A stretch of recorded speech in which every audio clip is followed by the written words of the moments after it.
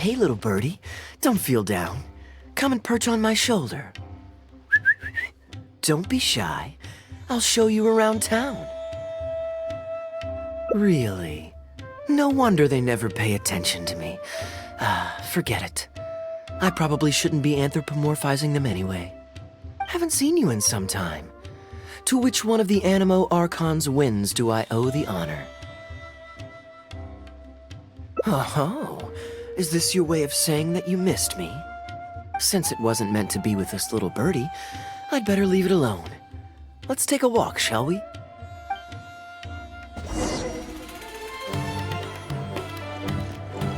If you're wondering why I'm here, Jean's been worrying about trade safety recently. I discovered this when I unwittingly burst into her office to save the day. Another job involving long-distance travel falls to me. I suppose it's my own fault for having such a strong sense of duty. Still, on the bright side, business is now taken care of. And I have unused travel funds, so I was planning to... It's best if you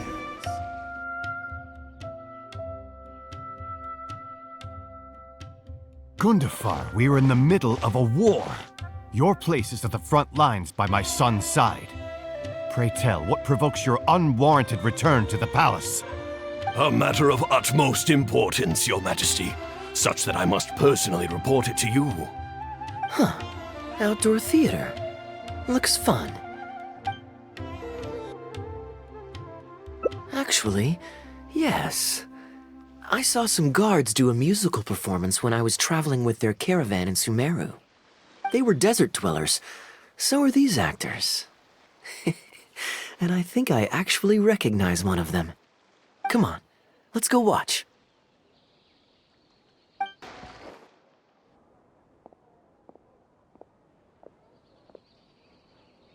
Your Majesty, not only has God bestowed the throne upon you, but your beloved son, Prince Kubad, has led our brave warriors to victory against Frasyav's army.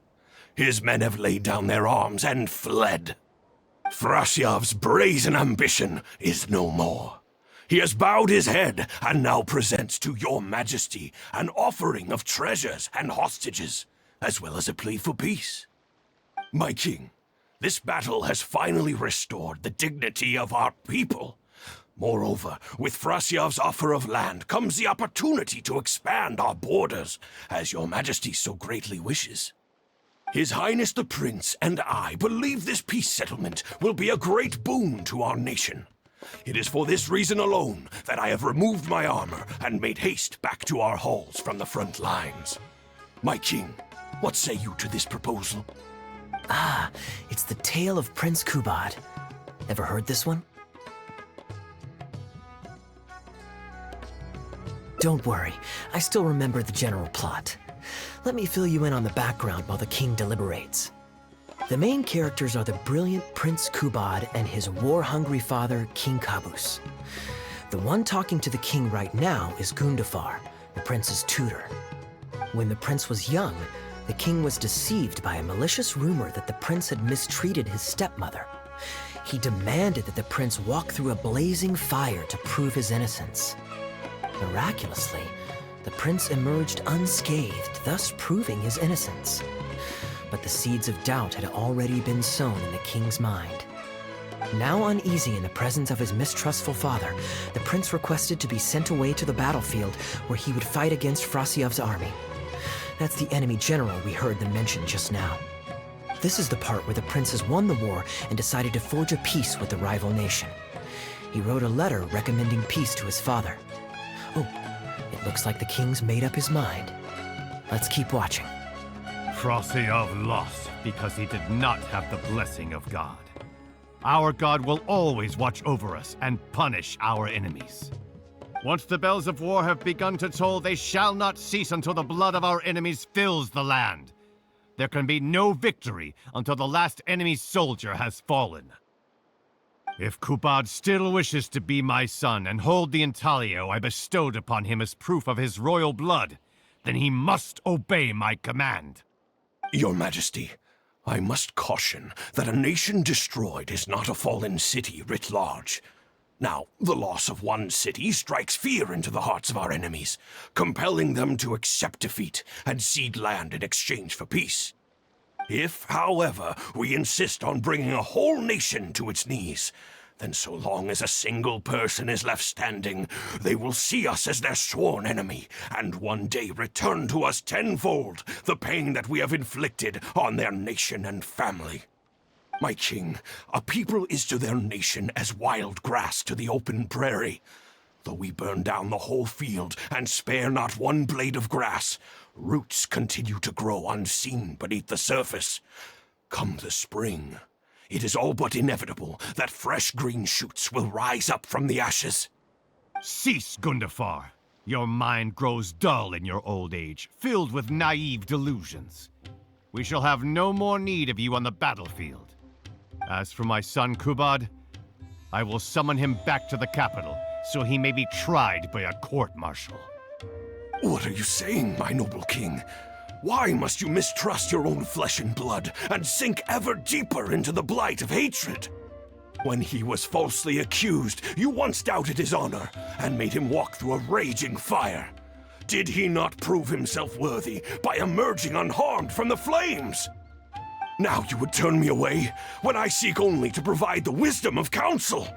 What is the justification for this? The justification is that my word, not yours, is the law of the land. Cease and be gone, Gundafar, so you may spend the rest of your days with your wife.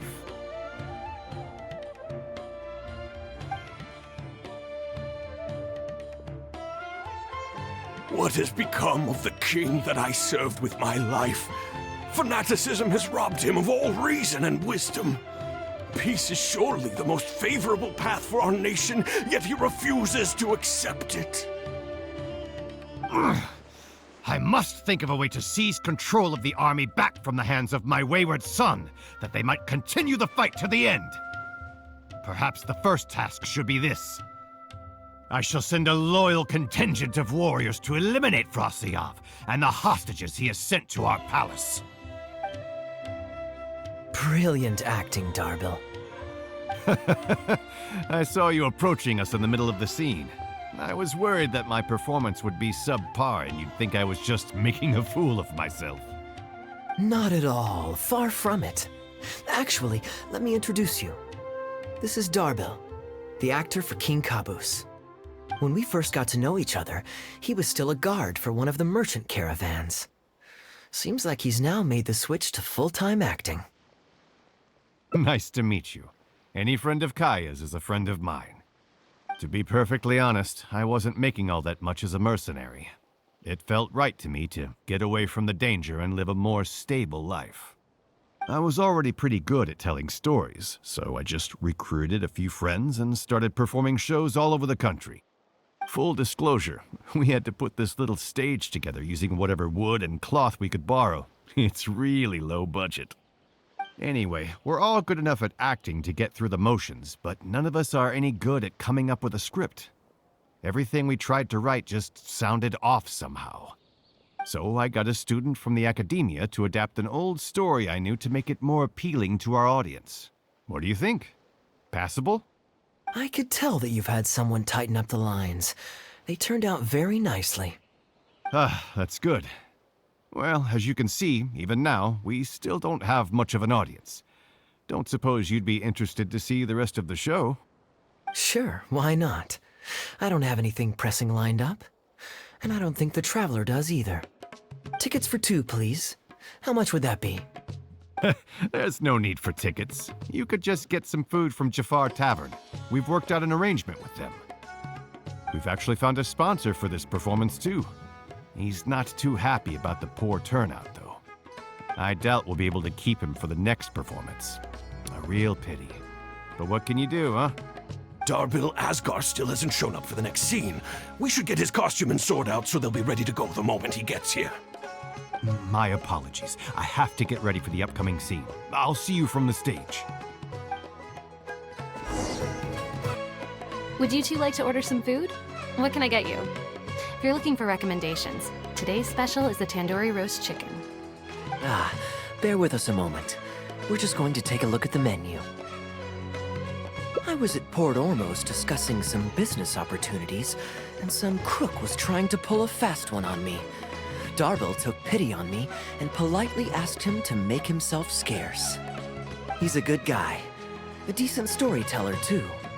Quite an interesting character. There's a lot of fun to be had if you hang around interesting people doing interesting things. Especially if you're in the company of an interesting friend. That's my secret formula for staying in a good mood. Try it out sometime. You'll see what I mean. Thanks for waiting. We're ready to order now. We'll take you up on that tandoori roast chicken. And let's throw in some desserts, too. One each of the rose custard, that talumba, and the patisara pudding, please. That should see us through the show. We've got good seats, close to the stage, but also not too crowded. We can watch the show as we eat. If I remember correctly, the next scene should focus on the prince. But I won't spoil it for you. You have to experience it for yourself. You could say that. It's always stayed with me because it's hammered home a cruel but realistic truth. People do not choose where and when to be born, yet the circumstances of their birth define the choices that they will have for the rest of their life. Here you are. The check's on the table, too. Just call me over when you're ready to settle up. No need. I'll pay up front. Here. Keep the change. Thank you, sir. Oh, but this is too generous. Call it a token of my gratitude for the excellent service. The food all smells wonderful, too. So please pass my compliments to the chef. Thank you so much, sir. Let's dig in, traveler. Hey, Kaeya. I'm so sorry, but the actor who plays the prince has run into some difficulties and won't be able to make it. We can't do the rest of the show without him, so I'm really, really sorry, but we'll have to call the show right here. Ooh, that would be fun. I wouldn't say no. Darbil, would you lose any income if I were to mess this up? Not really. I mean, there's not much of an audience here anyway. I wouldn't want to take too much of your time, though. Don't worry about that. I like to be spontaneous now and then. Spice things up a little. Let me think. Well, you already know the story, so you just need to memorize a few lines. Huh, you know what? This might actually work. Wait, but Kubad has a specific costume he's supposed to wear, and there's no way you'd fit into it. Switching actors is one thing, but wearing street clothes on stage would really ruin the immersion. Yeah, I don't think this is gonna work. Well, good thing that I've actually got a costume with me. It goes pretty well with your stage, too. You're kidding. Can you show it to me? Sure. If you can show me the way to your changing room? It's in the restaurant. Follow me.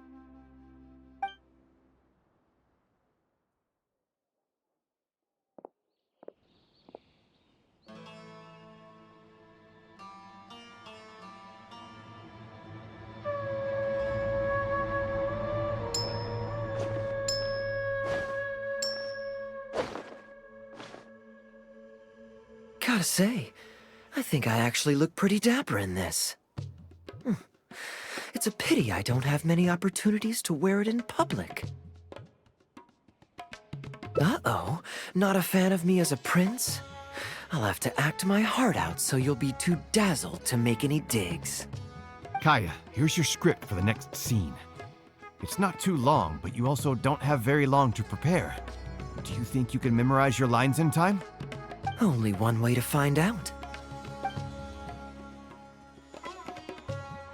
Okay, I think we've covered all your lines and movements on stage.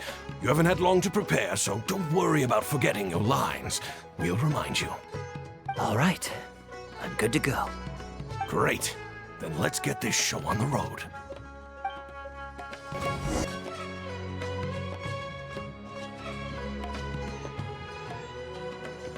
General Kubad, son of Kabus, the fate of this battle is clear. I beg you, please spare my few remaining men. They no longer have the strength to fight back. Frasyav, though you now lead only the husk of a once mighty army, I have no desire to crush your dignity. Even your most savage warriors have no desire to see further bloodshed, and none among your ranks have opposed these peace talks. Nevertheless, I must hear it from you one final time.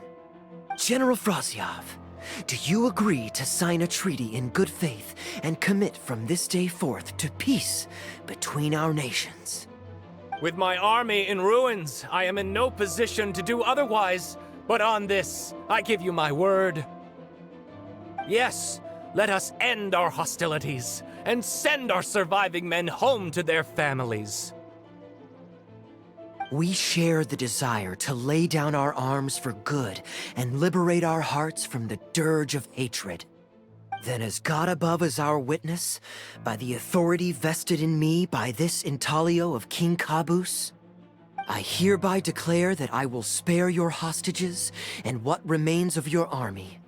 May peace be restored to this land, and may these fields of war become a place where crops grow aplenty. My tutor, Gundafar, has already made haste to my father, the king, with the recommendation of a truce.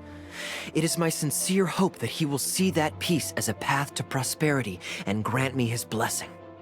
Prince Kubad, your name is renowned throughout your land and ours. I will place my hope in your words. One will find on a battlefield no master of ceremonies, nor the paper on which a treaty may be signed.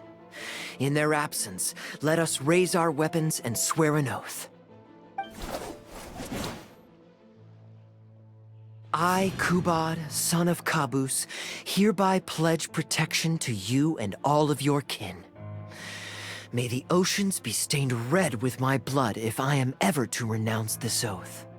Wow, your friend is so dreamy. He's not a real prince by any chance, is he? Hey, Rishana, you don't want to miss this. The good-looking guy who left that huge tip is acting on stage with Darbel's troupe. Darbel's one lucky man. I return, Your Highness. I hope I'm not too late. Have you already promised peace to Frasyav? Nay, I am not so rash as to preempt my father's blessing. I promised only what I could so far, the safety of his kin. My child, I must share with you the gravest news. Caboose has become blinded by fanaticism and hatred, and will stop at nothing to vanquish every last man under Frasyav's lead. How can this be? You mean to say that my father has rejected our proposal for peace? He has indeed. I urged him to reconsider, and for this I was rebuked and dismissed from his service. But far stricter punishment than this awaits you, should you return home with your troops. Please heed my warnings, dear child. I dare not imagine what unspeakable atrocities your father intends to commit. Nay, the truce must stand. I cannot renounce my oath. How can man claim to stand above beast without remaining true to his word? The masses have grown weary of death and conflict in both our nation and theirs. Are we all now to bend to his will and massacre countless more to satisfy a desire that is his alone? When I departed my beloved home to fight in a foreign land, I did so to honor his wishes and for my duty to our people. Alas, is this fate's grand design? Is this fate's grand design? Kaeya, the next line is, "Alas, is this fate's grand design, that I should spend the rest of my days in a foreign land, till I am laid to rest in a grave far from home?" Must it be so? Huh?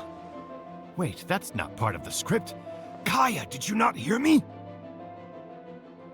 My dear audience, I ask you this. Do you believe in fate? If fate decreed that your life was to end in tragedy, what would you do?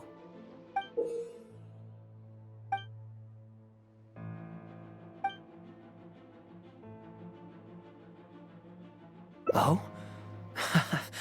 Then so must it be. Yes, so must it be. I shall discard this intaglio and rid myself of the shackles of fate. Wait, but that's not... My dear prince, do you intend to betray your father and abandon your heritage? Fate means to send the machinations of war to every corner of the land, to fan the flames of conflict till they engulf the entire world. Fate would see my sword tainted with the blood of innocence, that the bright banner of my homeland might fly in every nation known to mankind. But I shall not bow to the will of fate. I am no pawn in heaven's plan. Bravo! Where did this guy come from? Is he one of the new hires? Hey, shut up! Stop interrupting. I, Kubad, will spend the rest of my days in a foreign land, till I breathe my last in a place far from home. Oh, at least he brought it back in the end. Prince Kubad, my child, there is no need to be rash. Please bring at least your fortune and the retainers who will always be loyal to you. Gundafar, my dear mentor, you have always been like a father to me.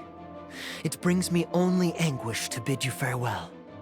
But I must walk this path, or freedom dies by my hand. Goodbye, my tribe and kin. Farewell, sweet land of my birth. Goodbye, my child.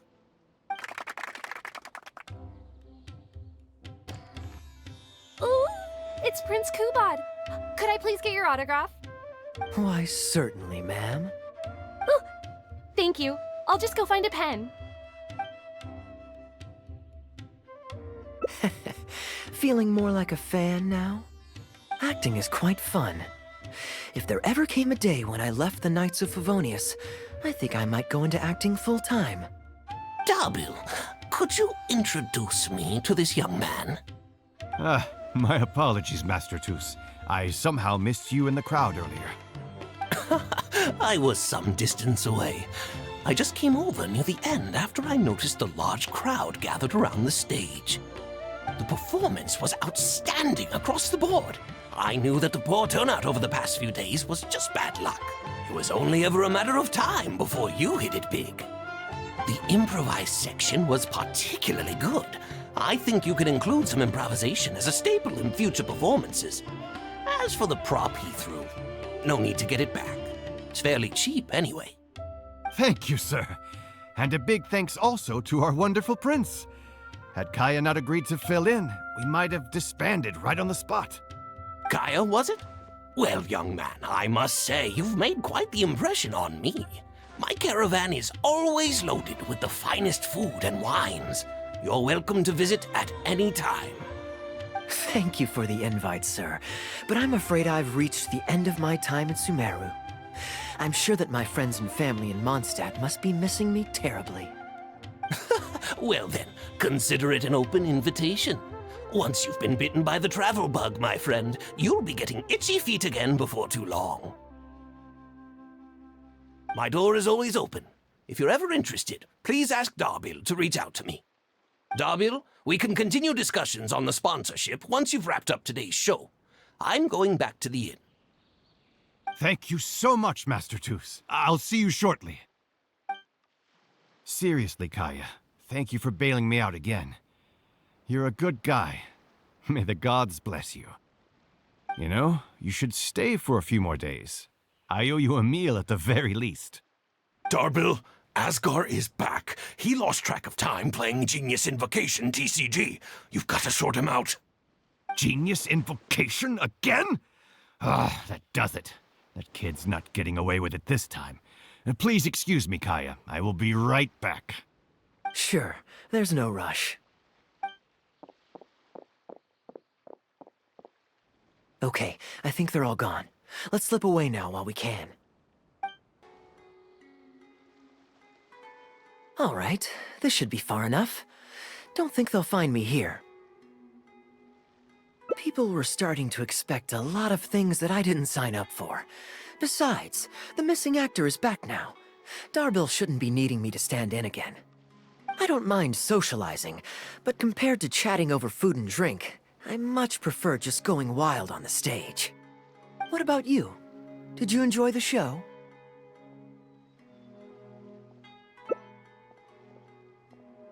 Oh? I was expecting a lengthier critique, but you've thrown the question right back at me. Sneaky. All right, I'll rise to your challenge.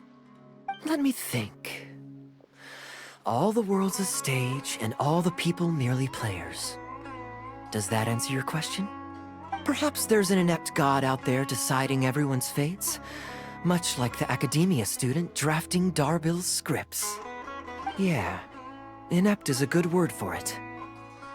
Honestly, it might even be a little too civil to describe a god who turns fathers against their sons and is bent on endless warmongering, don't you think?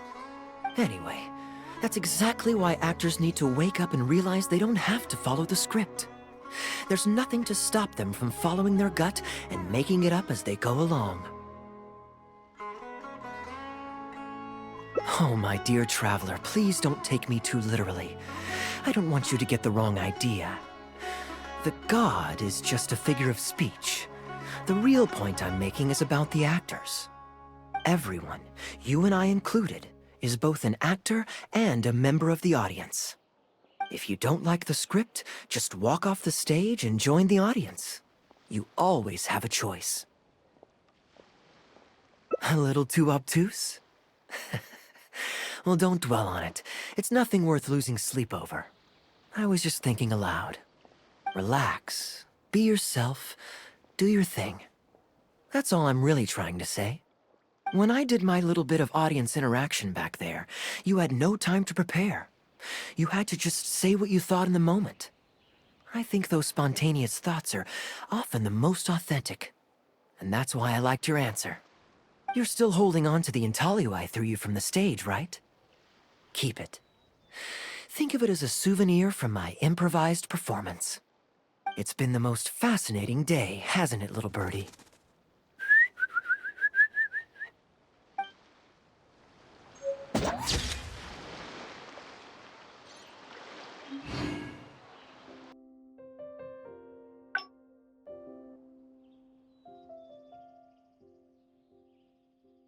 Gundafar, we are in the middle of... Ah, yes. Here's what I was thinking about the unused funds. Given that the acting Grand Masters saw fit to allocate these funds to my trip in the first place, I think it's my responsibility to make sure that every last mora is put to good use. In other words, what do you say we find a way to spend the remaining budget?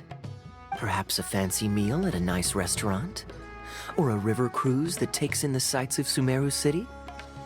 Or we could buy a few nice mementos to take home. Hey, no need to put it like that. Let's keep walking. We can consider it some more on the road. The rules of the Knights of Favonius state that any and all expenditures during a business trip are counted as travel expenses. That's more than enough justification to live a little. Of course, with me being here on my own, it was looking like a wasted opportunity. But now that I've run into you, why don't we make this a joint trip? You're always so busy. It's high time you gave yourself a proper break. Even the sharpest blade loses its edge if it's always in use. Regular maintenance is essential for reliable performance. And anyway, life is short, so we should make the most of the time we have. Right now is the perfect time to relax and enjoy ourselves. And who knows how many other chances we'll get. So come on, what do you say?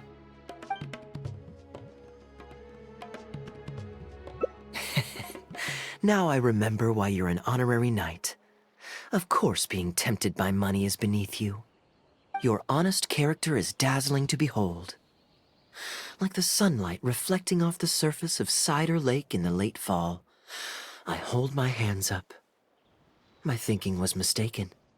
In that case, I guess today's end-of-trip blowout is cancelled. I shall pack my luggage and prepare to return to Mondstadt. Oh? You'd do that for me? Well, this wasn't what I'd originally planned, but it's a very welcome development. When I was souvenir shopping, I picked out something for you too. Guess my thoughtfulness wasn't in vain.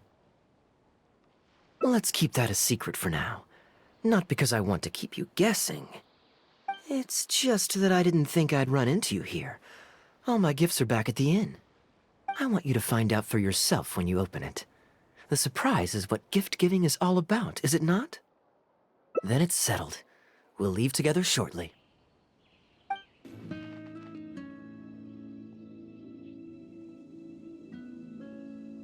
Look, Mondstadt's windmills. Ah, such a comforting sight. Now, as promised, your souvenir. Here you go. According to the merchant I bought it from, mysterious spirits called Jinn often live in lamps like this. And this lamp in particular once housed a very powerful genie. Merchants love to exaggerate to help make a sale, but it's still quite the pretty little lamp. I know you like rare things, so perhaps you can add this to your collection. Of course, you can also use it as an ordinary pot. Personally, I think it'd make an excellent wine vessel. You're welcome. I'm glad you like it. I'm ready to head into the city now. You're free to join me, or you can make your own schedule. I could give everyone their souvenirs first, but I'm not sure whether I'm in the mood for running around and visiting people right after the long journey. Maybe I'll take a breather first. But I know I'll only get bored sitting in my room alone. Ugh. Do you have any suggestions?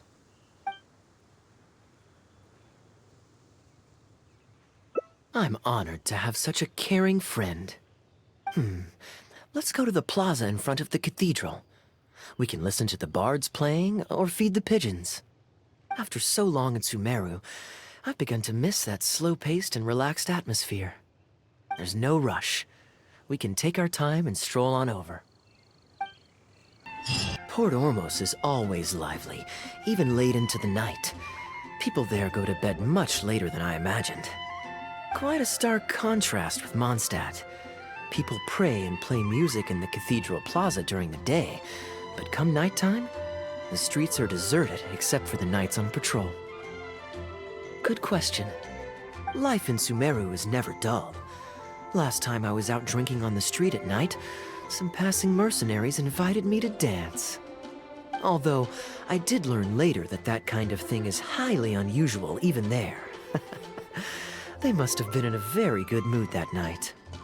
They taught me a lot of songs that they usually sing during feasts. It really was a fun night. But be that as it may, I think I'm more suited to the free and easy life in Mondstadt. Simple, honest folks like me, we don't need much to be content. Fair enough. Let's shelve that discussion for now. Have you ever had a chance to hear the cathedral choir before? The hymns they sing are a whole tradition in their own right. Quite different from the folk songs that the bards play. Well, let's see if we can catch them today. Sister Grace is right there, so we can ask her about the choir's schedule.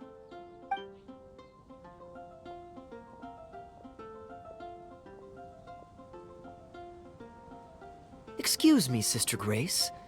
Does the church choir have any performances coming up soon? Oh, I'm so sorry. The hymn concert we previously announced has unfortunately been pushed back. Oh? What's the story there? As you probably know, Captain Kaeya, we've been trying to organize an amateur choir in addition to the regular church choir. Ah, yes. I heard about that. I believe the plan was ultimately to have different choirs who can take turns to perform hymn concerts. Yes, exactly. Well, it turns out there are plenty of believers who are good singers and interested in joining a choir, so in theory, it should have been a simple case of getting everyone in the same room, then practice, practice, practice. But for some reason, the rehearsals are going terribly. I don't understand it. Everyone in the choir has a basic level of musical literacy, but they sound awful together. It's like everyone's trying to do their own thing. There's no group harmony. Oh, maybe I'm just not musically gifted enough to give them the guidance they need. Captain Kaeya, I know you like listening to hymns. How good is your understanding of vocal music? Me? Music is far from my forte. But if you need some help, then don't worry. I know an expert who's more than up to the task. Thank you so much, Captain Kaeya. Having some expert guidance will definitely be a great help. I'm sure you've figured out who this expert is already. He has the best singing voice of any poet in Mondstadt, and understands poetry better than any other singer. Plus, he's exceptionally easy to find. 9 out of 10 times, he's in the tavern. Good day. Drinking alone? I hope you don't mind us joining you. Hello, hello! Please, take a seat. We're all friends here. Patton, 1 moonlit alley and an apple cider.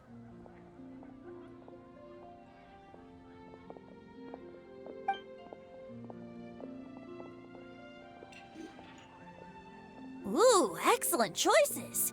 Come on, let's have a toast and drain our glasses together. Here's to the time spent drinking with friends, which is more unforgettable than the drinks are delectable. Ever the poet, Professor Venti. A beautiful toast from the bard with the most. Any new songs of yours we could listen to? There's a real dearth of quality entertainment at the moment, since the cathedral's choir performance has been delayed again. Speaking of which, I trust you've heard Sister Grace's choir perform before? Of course! Though the format is a little on the formal side, they do sing quite beautifully. Very pleasant to listen to. So you'd say you enjoy listening to hymns? Let me think. Well, however it's expressed, as long as you can hear the singer's passion and joy in their voice, I consider it a phenomenal performance. Passion and joy, huh? An intriguing perspective. By this logic, I suppose Lord Barbados would also enjoy the choir's performances. Oh? And why is that? Think about it. It's only because of his patient guidance and protection that the people of Mondstadt can now sing such beautiful hymns in the cathedral. It must be quite satisfying for him to hear a joyful people lift up their voices in song. Yes, well, that's a beautiful image filled with hope. But actually, maybe Barbados himself doesn't give it so much thought. In principle, the hymns of the cathedral are dedicated to a god. But in reality, the audience are all ordinary people with very worldly concerns. So what really matters is that the people enjoy what they're listening to. If Sister Grace was able to see things that way, perhaps she wouldn't feel so distressed. Huh? Distressed? About what? Ugh, she might be asking a bit too much. To be honest, if they have a natural talent for music, they should just be allowed to sing whatever they want. It'll all sound good.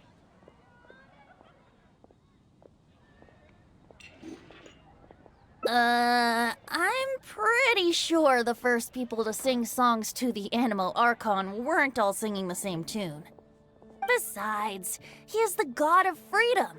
Surely he'd prefer to hear Mondstadters sing their hearts out however comes naturally to them. Well, to each their own, I say.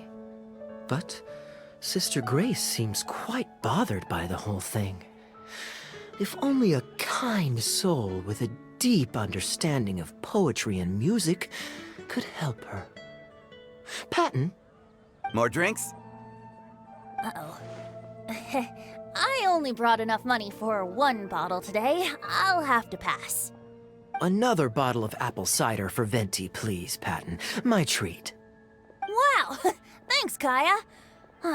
You are one of the finest students ever to emerge from my fast-track love poetry class. I always did admire your enthusiasm and kindness.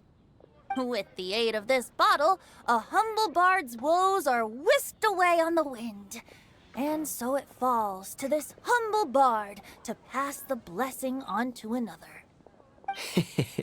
Then this is probably the single most worthwhile alcohol purchase I've ever made. With your help, Sister Grace's problems are as good as solved. Sister Grace is a devout follower of the Animo Archon. Perhaps it's her depth of devotion that causes her to worry too much about the smallest things. Don't worry. Just wait a moment. I'll go find her. Right after I finish this cider. The next time you visit her, our sweet sister shall be sad no more.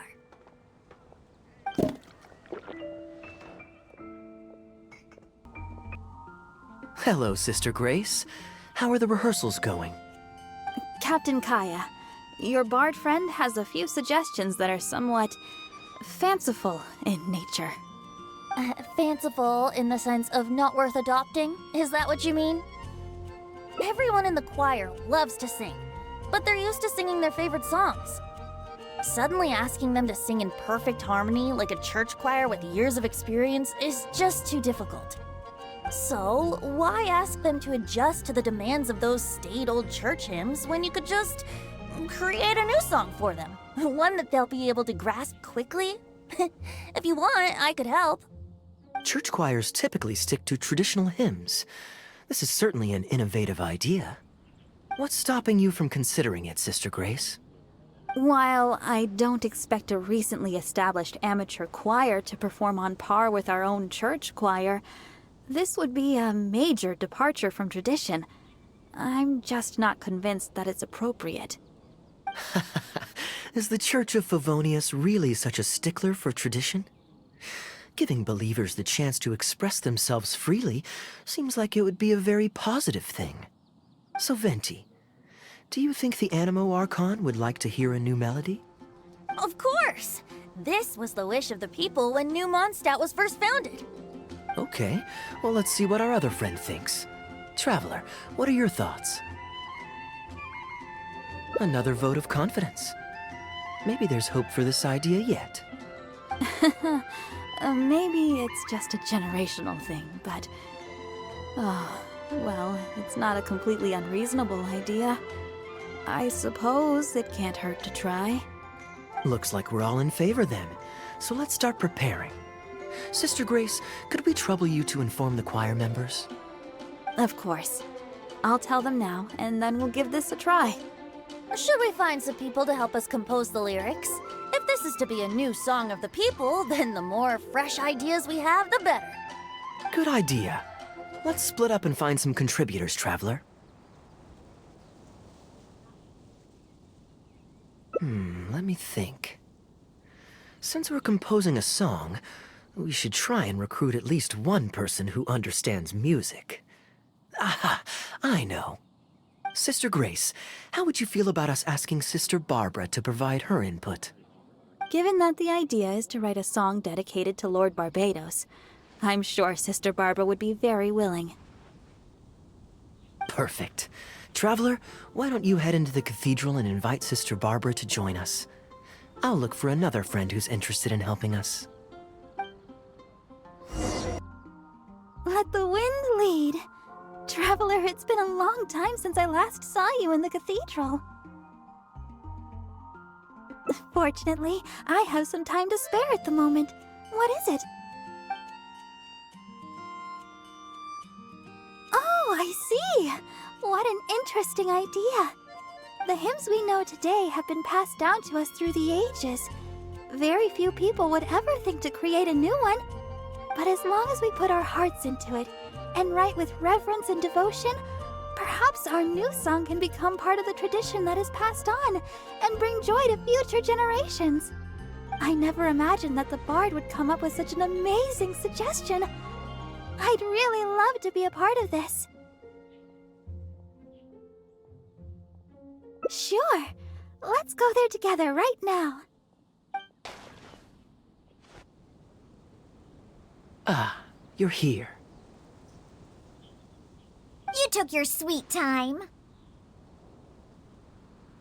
Psh, I've seen Kaeya play Genius Invocation TCG, making up a bunch of baloney to distract his opponents. He's a trickster, plain and simple. So now, I gotta check with you guys to see if what he's saying is true. Can we really write about anything we want in this song? Even The evils of Mondstadt's wine industry? And is the choir really gonna perform it publicly? So everyone on the streets will hear it? I can guarantee he won't. Then I want to write this. All these hounds will be punished harshly by Lord Barbados.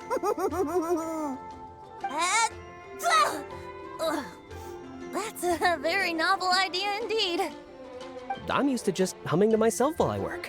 So after Sister Grace criticized us for not singing in harmony, I was planning on quitting the choir.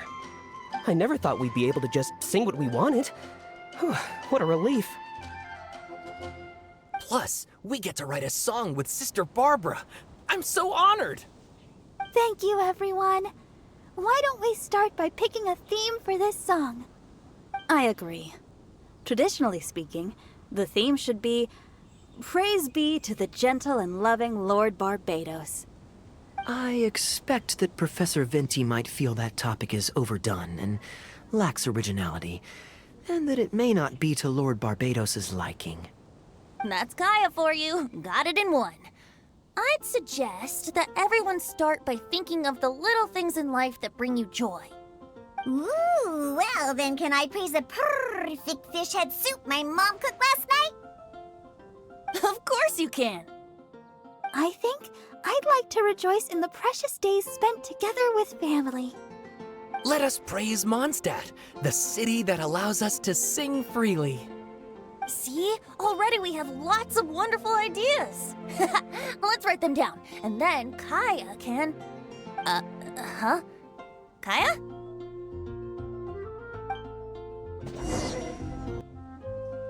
What are you doing here? Didn't want to participate in the discussions? I just wanted to take you to hear a performance, but that obviously didn't happen, thanks to the problems with the choir rehearsals. The rehearsals are now back on track, so I've done my part. If I stay here any longer, I'll probably get roped into singing with them. I'd rather it didn't come to that. My songwriting abilities are limited. If doing nothing but loitering on the plaza enjoying the scenery all day is the only way to relax, then I suppose I didn't get to relax. But that would get boring after a while. To me, it's more fun to wander around, see what's happening, and insert myself into interesting situations. Besides, can you be so sure I didn't have something to gain from helping Sister Grace with her choir rehearsal dilemma these past few days? Oh, I spy 2 naughty students skipping class, and they just so happen to be the very 2 who asked me to help Sister Grace in the first place. We're ready to review and discuss everyone's lyric contributions now. Hey, why is it that you look like you're trying to run away? I still recall the teachings of Professor Venti. The Animo Archon cares not about how moving the people's songs of praise are, but rather whether or not the song comes from the heart. With so many true believers gathered together earnestly writing a song for him, I'm sure the Animo Archon is watching on and feels very satisfied. That's what a song of worship is all about. So, mission accomplished. And that's the reason you've decided to leave? Slipping away before the final verse is sung, before the poet has uttered the last line, before everything has concluded. I don't know. Something about it just resonates with me. Oh no. You've seen right through me. Wow, that was a craftily crafted speech. I almost fell for it. But to share all this with a group of friends, only to find myself one friend short before the final verse is sung, before the poet has uttered the last line, before everything has concluded, I don't know. Something about it just irritates me. If you don't want to write a poem, then let me gift you one.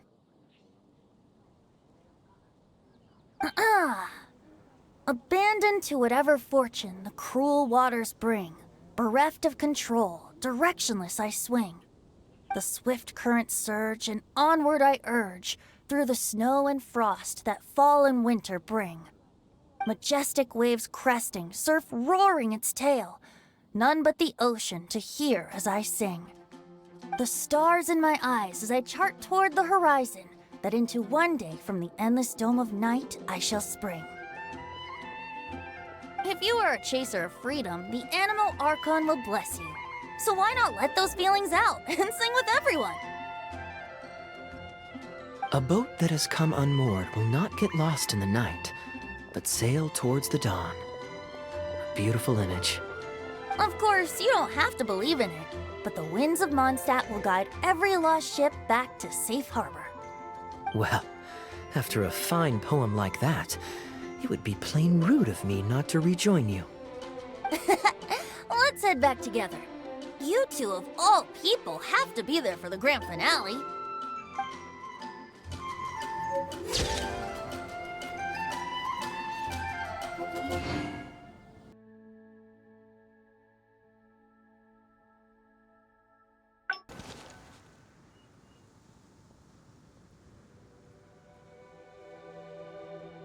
Look, Mondstadt.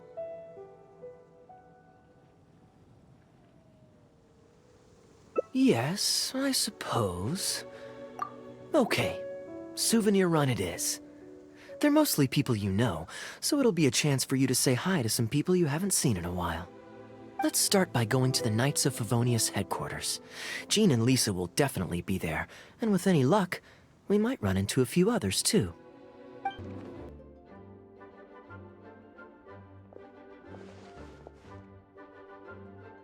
Hey, you two busy? You must have had a tough journey, Kaeya. Oh, it's been a while, cutie. Yes, welcome back, Kaeya. Why is the honorary knight accompanying you?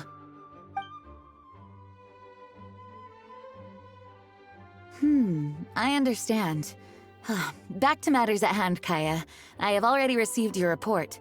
You did well this time, thank you. A few days ago, we received a letter from the representative of the Wine Merchants Association in Sumeru. It was thanks to your on-the-spot decisions that further losses, due to continued delays, were avoided. Just doing my duty. Anything to reduce the acting Grandmaster's workload. Oh, I nearly forgot. I have some unused travel funds. I'll return the surplus now.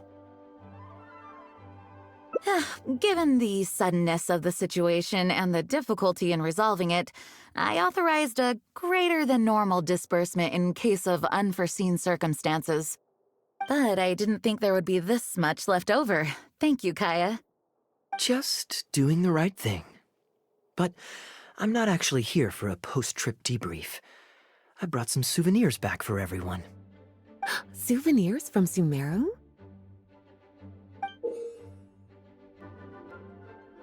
Here, the letter opener is for Jean, the jeweled brooch is for Lisa, and the items in the box are for everyone else. The artistry of this is exquisite. Look at the ornamentation on the sheath. This must be one of those crafts unique to Sumeru. It's my first time seeing one in person. Thank you, Kaeya. I love the color of the gem in this brooch, and the setting is so elegant. You have excellent taste, Kaeya. This can't have come cheap. It wasn't too bad. I didn't spend too much.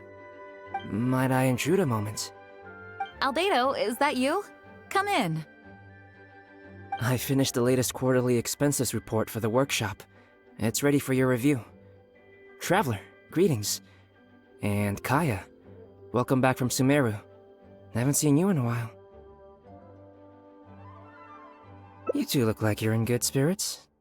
As a matter of fact, the honorary knight and I traveled back from Sumeru together. Ah, yes, and I brought some souvenirs for you and Klee. They form a set. Hold on, let me dig them out. You're too kind. Klee has been constantly inquiring as to the timing of your return lately. Since you weren't around, she thought you had also been grounded, and that it would be a long time before you could come out. Children always have the most peculiar way of looking at things. Also been grounded? Sounds like things haven't been too dull for you all in my absence. It's Klee's third time this month. Evidently, you're not the least bit surprised. No. On the contrary, what would be a surprise is if Klee ever managed to stay out of trouble for a substantial length of time. Anyway, since my souvenir is part of a set with Klee's, there's no rush to give it to me. When Klee's next, released, I'll bring her to see you sometime. We'll collect our souvenirs together. Sure, makes sense. Leave the surprise for the person who'll enjoy it the most. I'll leave these documents here. I'll take my leave now, everyone. Kaeya, I've approved your vacation request. Use this time to relax and unwind. Don't worry about the report and other work. I'll take care of it. You too, Honorary Knight. There isn't any work the Knights of Favonius require your assistance with at this time, so please take it easy. Thank you. Then we'll be going now. Enjoy your vacation. But don't forget to return the Fox and the Dandelion Sea series before it's due. Don't worry, I'm nearly done with those. I'll be able to return them in a few days. I'm surprised Klee still hasn't escaped. I taught her a few tricks just before I left. Kids will always have their moments of mischief. But to be able to grow up without a worry or care in the world is something truly precious. Well, now that all the gifts for the Knights of Favonius are with Jean, next up is... Ooh, how about we visit the Dawn Winery under the pretext of delivering souvenirs and try to score some free wine? It's been a long time since I last saw everyone there. Plus, it'll be the perfect time to treat you to some of their newest brews. Diluc should be there tomorrow since he has business to deal with. But then there's nothing scheduled for the day after tomorrow, so perhaps it'll be easier to get free wine then. What do you think? When should we go? That works. Then I guess we'll see Diluc. Let's meet at the front entrance of the Dawn Winery tomorrow. You made it. Come on, let's go inside. Brace yourself for some sour grapes. If you're not feeling well, then let me go this time. Oh, I'm fine. It's not serious. Oh, I'm sorry. I hope I'm not interrupting anything important. What are you doing here today? And I see you've brought a +1. Oh, it's nothing particularly pressing. It's just that we recently returned from Sumeru, and given how long it's been since we last visited the winery, we thought we'd drop by and say hello. Is that it? Make yourselves comfortable then. Oh, do you really mean that? Because my definition of comfortable happens to involve prodigious amounts of your finest wines. Speaking of which, I'm curious where you store the wine these days. Is it the same place as it always used to be? Sounds like you're in a hurry to reach your goal. Been plotting this raid for a long time? Plotting a raid? Why, you misunderstand me. The truth is, a rumor happened to reach my ears recently. My informants tell me that last month, the Dawn Winery spent a large sum of mora on 2 bottles of limited edition Northland Valberry liquor. However, it turns out that they were likely just cheap knockoffs masquerading as the real thing. Of course, a teetotaler like yourself would struggle to tell the difference. So why not get a connoisseur to help you appraise the quality? Oh, wait. But the sterling reputation of Dawn Winery is at stake. Why, if you really purchased bootleg liquor, that would be scandalous. Better to have unknown and insignificant alcohol aficionados do the taste test for you, to prevent word getting out. Quite the story. You used that one last year. Got anything else? What? Really? I totally forgot. In that case, how about the principle of reciprocity? Here, this is for you. I bought it for you in Sumeru, and it cost a veritable mountain of mora. Thanks. Put it on the table. That's it? No comment whatsoever? You want a comment? Okay then. And this thing is very in line with your unique aesthetic tastes. Much like that vase over there.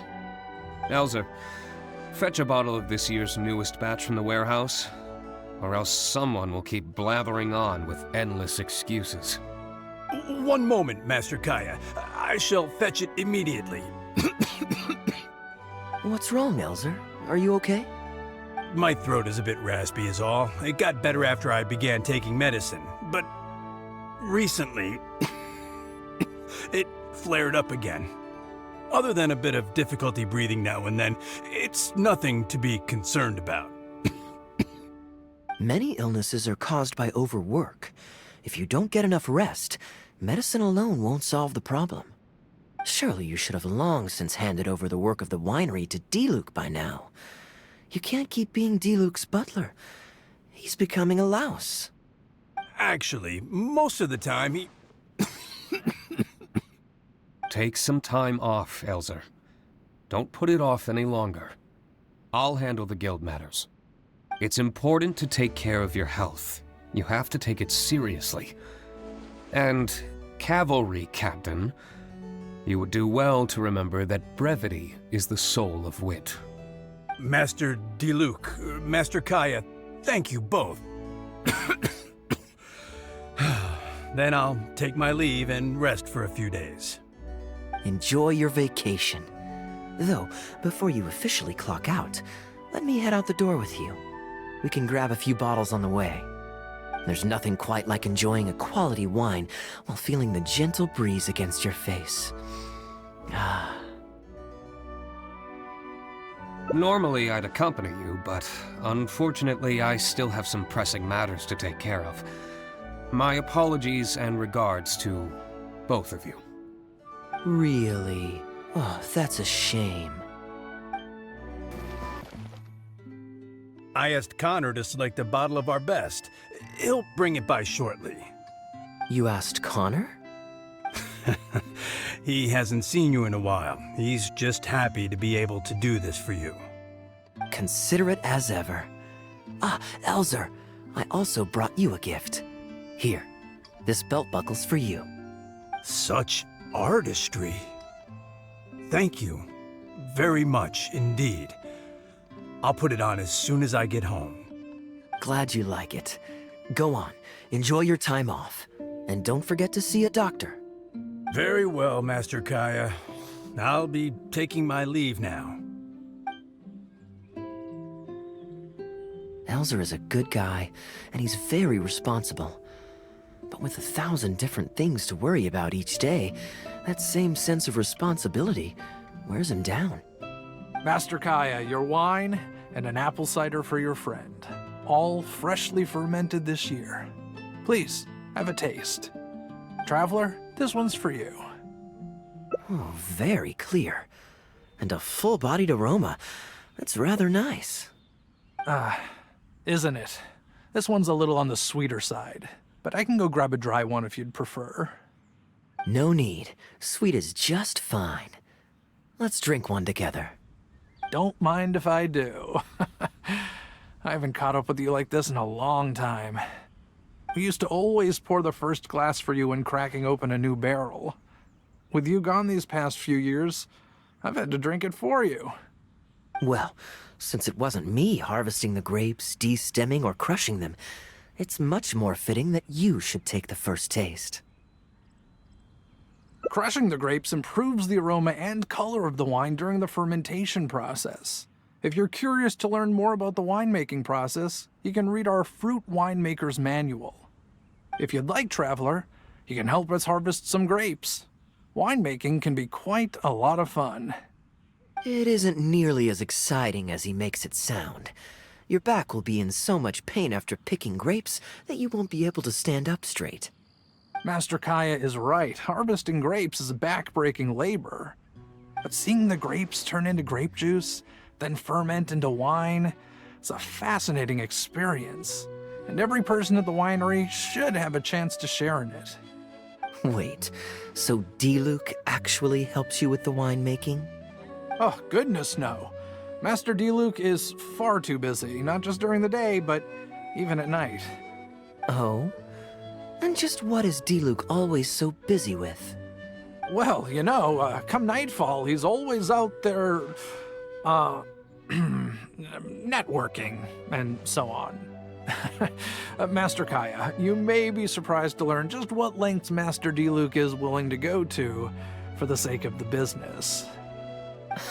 Connor, you're an awful liar. I hate to see you struggle. Oh, so Master Kaeya, how do you like your drink? I remember you weren't very interested in wine when you were young. That was because the adults said children weren't allowed even a drop. Don't you remember how much trouble Diluc got in that time he snuck a drink? Ah, yes, of course. Adeland even covered for the two of you. But on a serious note, having grown up at a winery, I spent my childhood watching Tunner plant the grape seeds, waiting for them to ripen on the vine, harvesting them together, and waiting for the alcohol to ferment. Even though I couldn't help with making distilled spirits, watching everyone work was fascinating. How could anyone not love to drink with a childhood like that? So, let us raise a glass to wine itself, and in thanks to the gracious hospitality the winery has shown us today. Hear, hear, to Dawn Winery. Speaking of wine, Connor, I have a gift for you. It's a decanter set from Sumeru. I get a present too? Thank you, Master Kaeya. Time really does fly. I still remember the days when everyone was giving you gifts at your birthday parties when you were young. Now I have wrinkles and Tunner's bent double, while Master Kaeya is the cavalry captain of the Knights of Favonius. How is Tunner holding up? He's still tough, but getting on in years, so some things just aren't as easy as they were. But he's used to doing things his way and doesn't trust new employees to do it for him. A lot of the temporary workers I hired quit because they couldn't handle how picky he was. Master Kaeya, if you have time, why not go talk to him about it? You're probably the only person he'll listen to besides Master Diluc. I definitely owe him a visit. I haven't seen him in some time, and I do have fond memories of the days when he was teaching me to pick grapes. Busy day today, Tunner? Oh, Master Kaeya, you're back. No, I'm not at all busy. I just spend my hours watching the grapes growing on the vine. They're growing wonderfully this year. A few rows are almost ripe. We've already begun harvesting them these past few days, so that'll keep me occupied. Sit, sit. After we're done picking, I'll bring a few bunches over for you to try. No need. We were just drinking with Connor, and our stomachs are so full of wine that we couldn't eat a bite. What about your friend? Doesn't he want to try? Allow me to introduce the honorary knight of the Knights of Favonius. Ah, the honorary knight in the flesh. There are so many talented people in the Knights of Favonius. You all have bright futures ahead of you. Harvesting grapes is hard work. Let me help you. Do you still remember how I used to help out when we were short-handed? I believe I do. In that case, I'm counting on you. What's this? Everyone's clamoring to do manual labor? Well, suits me. More help is always appreciated. Come with me, young lad. I'll tell you which grapes are ripe enough, and you can pick them.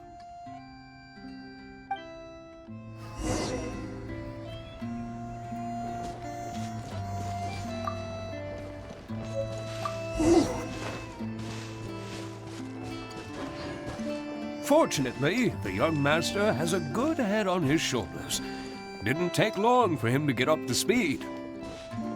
And now he's turned into such an outstanding young man, polite and kind. If I had a son as exceptional as Kaeya, oh, I would be the happiest man in Mondstadt. There's a few more rows of grapes up ahead. Let's finish picking them together.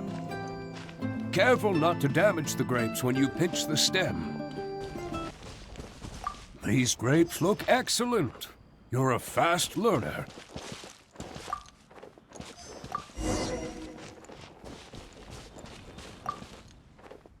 I'll take them. Good job. Master Kaeya left the winery and moved to Mondstadt.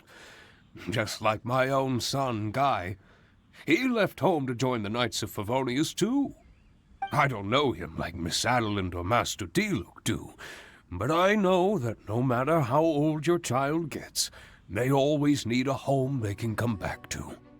And without family by your side, you at least need the companionship of friends. I've been working here for decades and watched him grow up with my own 2 eyes. Sometimes I get the sense that there is something bothering him. Something deep-rooted. But he guards his secrets closely. Or perhaps he just doesn't want to involve us. After all, I doubt that we could help him. I can see that you have a good relationship with Master Kaeya. Please look after him. He's very dear to us. Hearing that puts my mind at ease. You're a good child. Thank you. Wonderful, wonderful. Knowing that he has a friend like you, we here at the winery can be happy for him. You're looking very happy, Tunner. Was the traveler telling you some jokes? No jokes. I've received a letter from my son, Guy. He's really going places. I'm so delighted. Master Kaeya, honorary knight. My eyesight is fading in my old age. Could you read it out for me? Of course. Thank you both.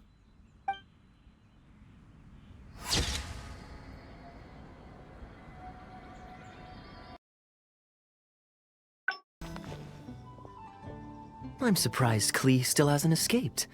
I taught her a few tricks just before I left. Kids will always have their...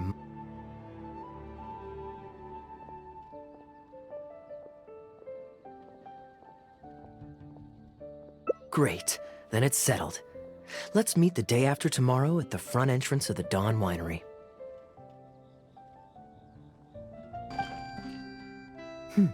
You're more punctual than I expected.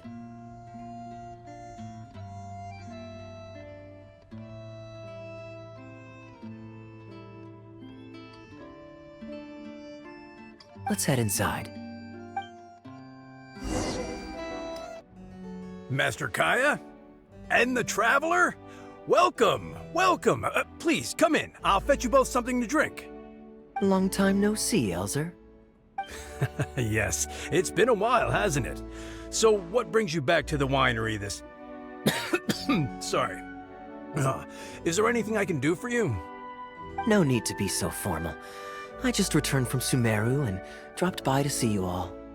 Ah, what a pity. Master Diluc went out to handle business last night and hasn't returned yet. Never mind. The main thing is that you and Adeline are here. Oh, speaking of Adeline, where is she?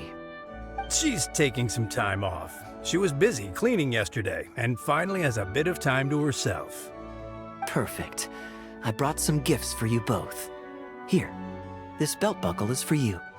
My goodness, it's exquisite. Thank you, Master Kaeya. I'll treasure it. Would you like anything to drink? We recently finished making a new batch of dandelion wine. Well, what perfect timing.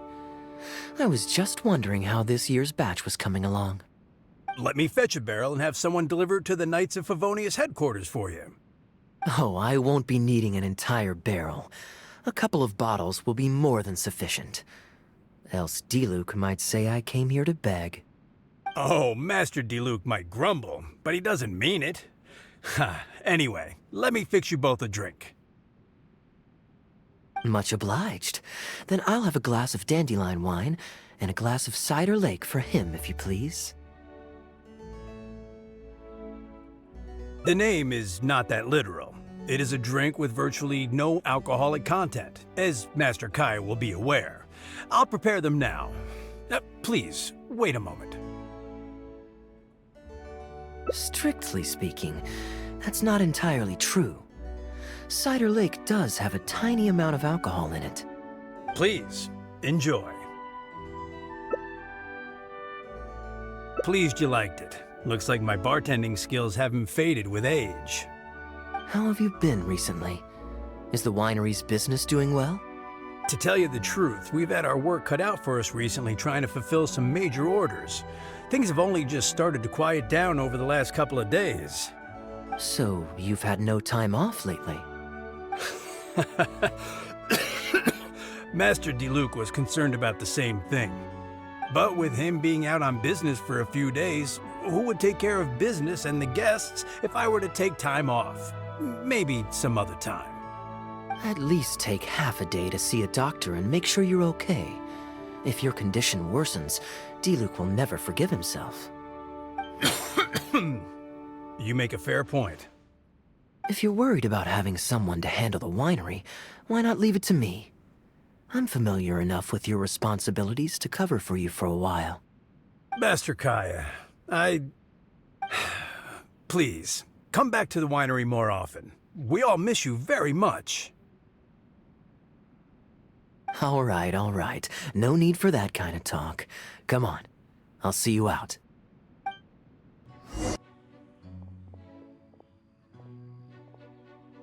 While I'm resting, I shall leave Dawn Winery in your hands. Don't worry, I'm not going anywhere. Rest easy, and go see the doctor.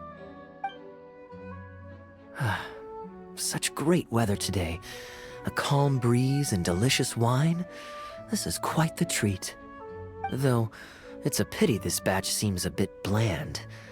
How about I go to the wine locker and fetch one from the reserve collection? I remember it's on the second floor. Of course it's fine. I promised Elzer I'd help. I said nothing about leaving the wine alone.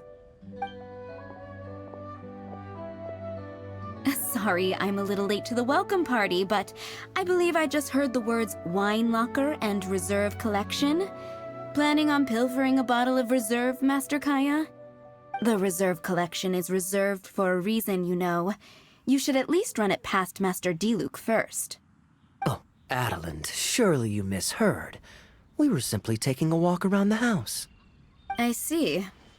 Anyway, what brings you and the traveler to the winery today? We just returned from Sumeru. It's been a while, so I thought we might drop by and say hello. And perhaps enjoy a complimentary drink while we're here. Surely you wouldn't object, Adeland. How could I object? We're simply happy that you've come back to see us. Oh, Adeland, I also brought some gifts for you all. This bottle of essential oil is for you. If you rub it on your hands when it gets cold, your skin won't crack. Oh my! I can't believe you remembered something like that. Of course I remember. You always took such good care of me when I fell sick as a child. In comparison, this is nothing. You're all grown up now, and you don't get sick nearly as easily. You don't need me to look after you anymore. True, I don't get sick as much. But speaking of being looked after, when I was in Sumeru, I did find myself and my stomach missing your cooking so terribly. Oh, are you hungry? Would you like to eat something? You too, traveler. Please tell me if there's anything you'd like to eat. Well, now that you mention it, I do actually feel a bit peckish. Steak? Oh, yes. A nice steak would really hit the spot.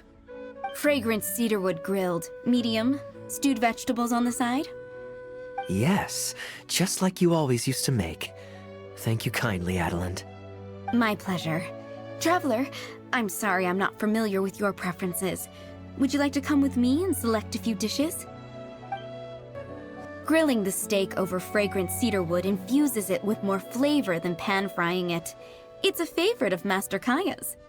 Since using an open flame to grill indoors is somewhat inconvenient, we usually set up a grill outdoors. It's perfect for grilling meat, but you can also use it to make stews. I can offer you a satisfying salad, cold cut platter, and anything stewed. What would you prefer, traveler? Okay, right away. Master Kaeya really likes stewed vegetables, but it takes the most time. So I'll start making that first, and then prepare your meal once that's underway. Of course! I looked after him and Master Diluc when they were growing up. He wasn't always such a complicated character. He was a gentle child, polite and very sweet. Boys, huh? The gentle ones grow up to be wild, and the rambunctious ones become quiet and reserved. At least that's my experience. If there's anything you don't understand about Master Kaeya and his antics, please feel free to talk to me about it. His temperament has changed quite a lot over the years, but he still has a lot of the endearing qualities I remember. Kaeya is much savvier and more mature than he used to be. Goodness knows he could be tricky to deal with. But let me share a few little tips. When he answers your question with a question, stop and think carefully about what he wants you to believe, and don't be led on by him. As for not knowing what he's up to, that's because he loves making up a good cover story. But don't let him get to you too much. You can take it from me. You were drinking a cider lake just now, right? Do you know why it's called that? The name was coined by none other than Master Crepus when he mixed the drink for Master Kaeya himself. Oh, they were adorable when they were young. One time, the winery was hosting a banquet, and Master Crepus strictly forbade Master Diluc from drinking. Master Diluc wasn't happy about that, and he convinced Master Kaeya to team up with him and sneak into the wine cellar to steal some dandelion wine. And how did I find this out? Because when Master Kaeya attempted to distract me, I could clearly see Diluc hiding around the corner of the corridor, gesturing to Master Kaeya to direct him through the whole thing.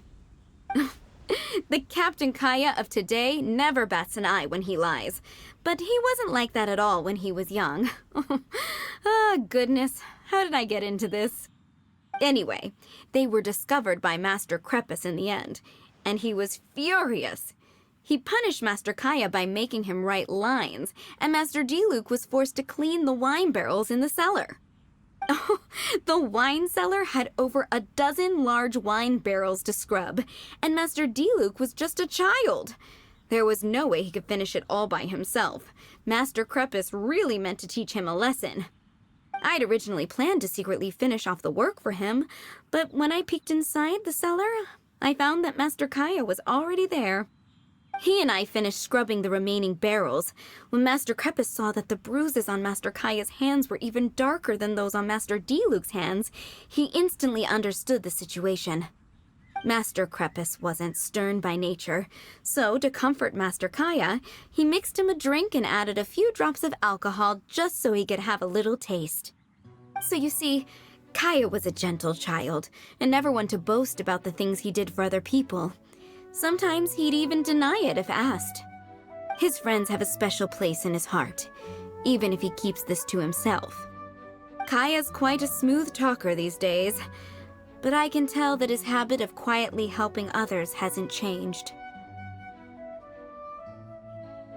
Ah, good. Okay, the stew is nearly ready, but the meat and the other dishes will need a moment. Please wait at the table. I'll be over shortly. Drinking fine wine, eating Adeline's steak? Ah, now this is what I call a vacation. Oh? What has Adeline been telling you? So she told the good stories. Well, shucks. Now I'm embarrassed. Food's ready. I hope you're hungry. I made a little extra, given how long it's been since you were last here. Oh, we never imagined there would be such a magnificent feast. You've really outdone yourself. Why don't you sit and eat with us this time?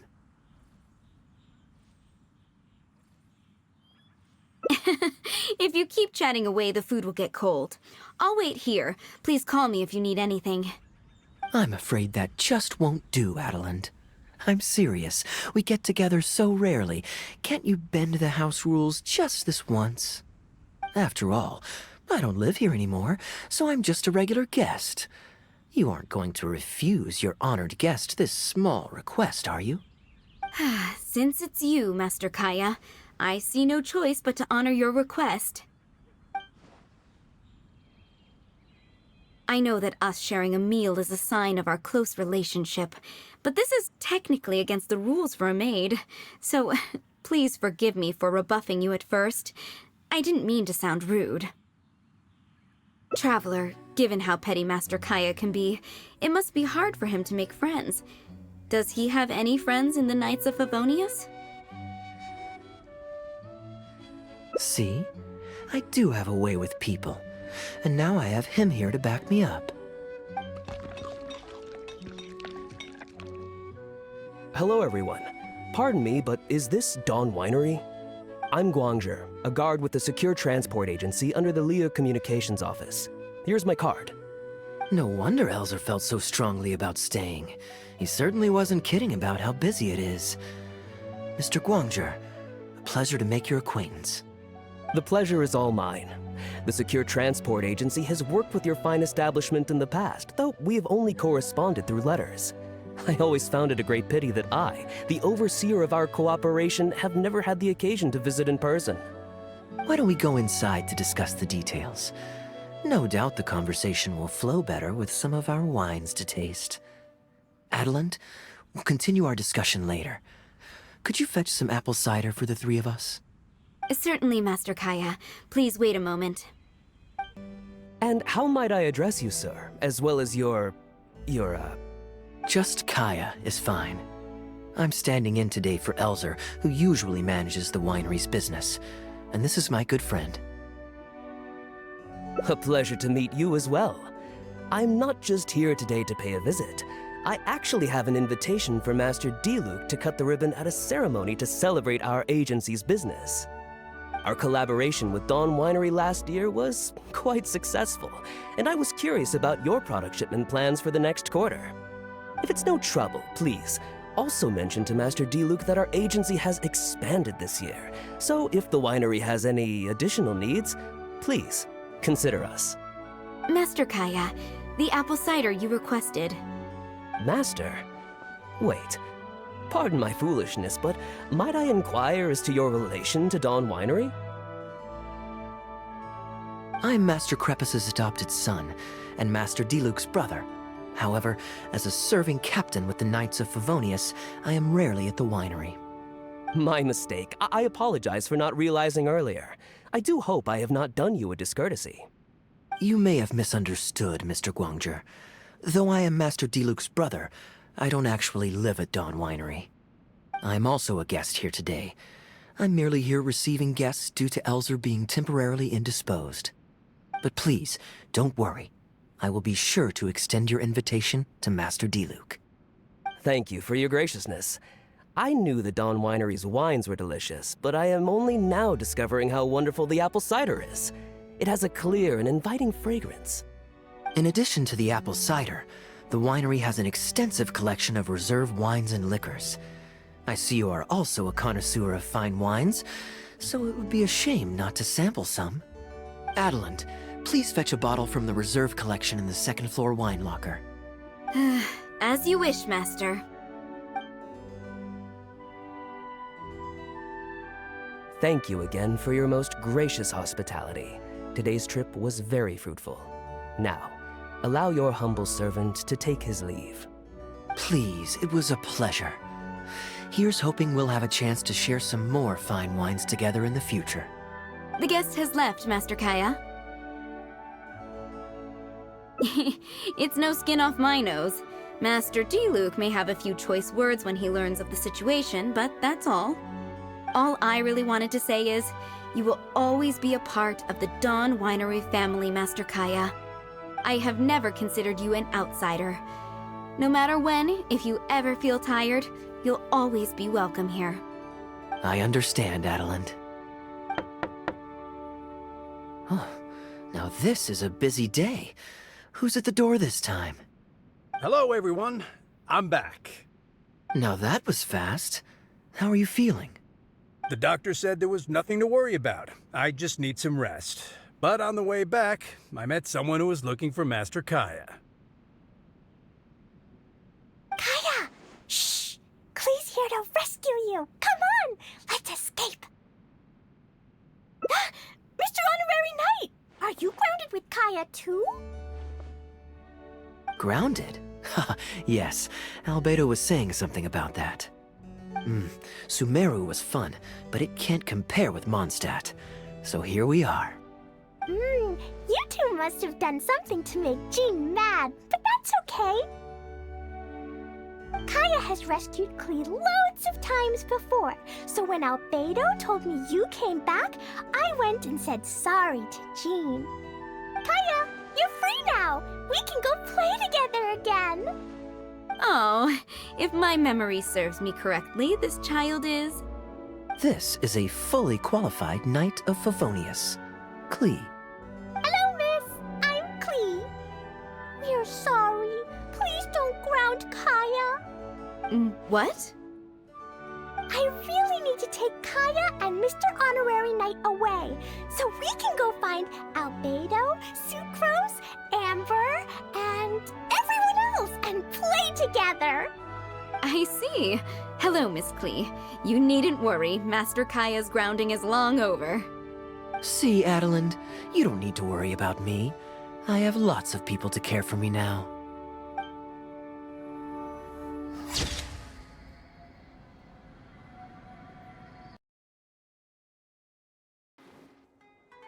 You're always so busy. It's high time you...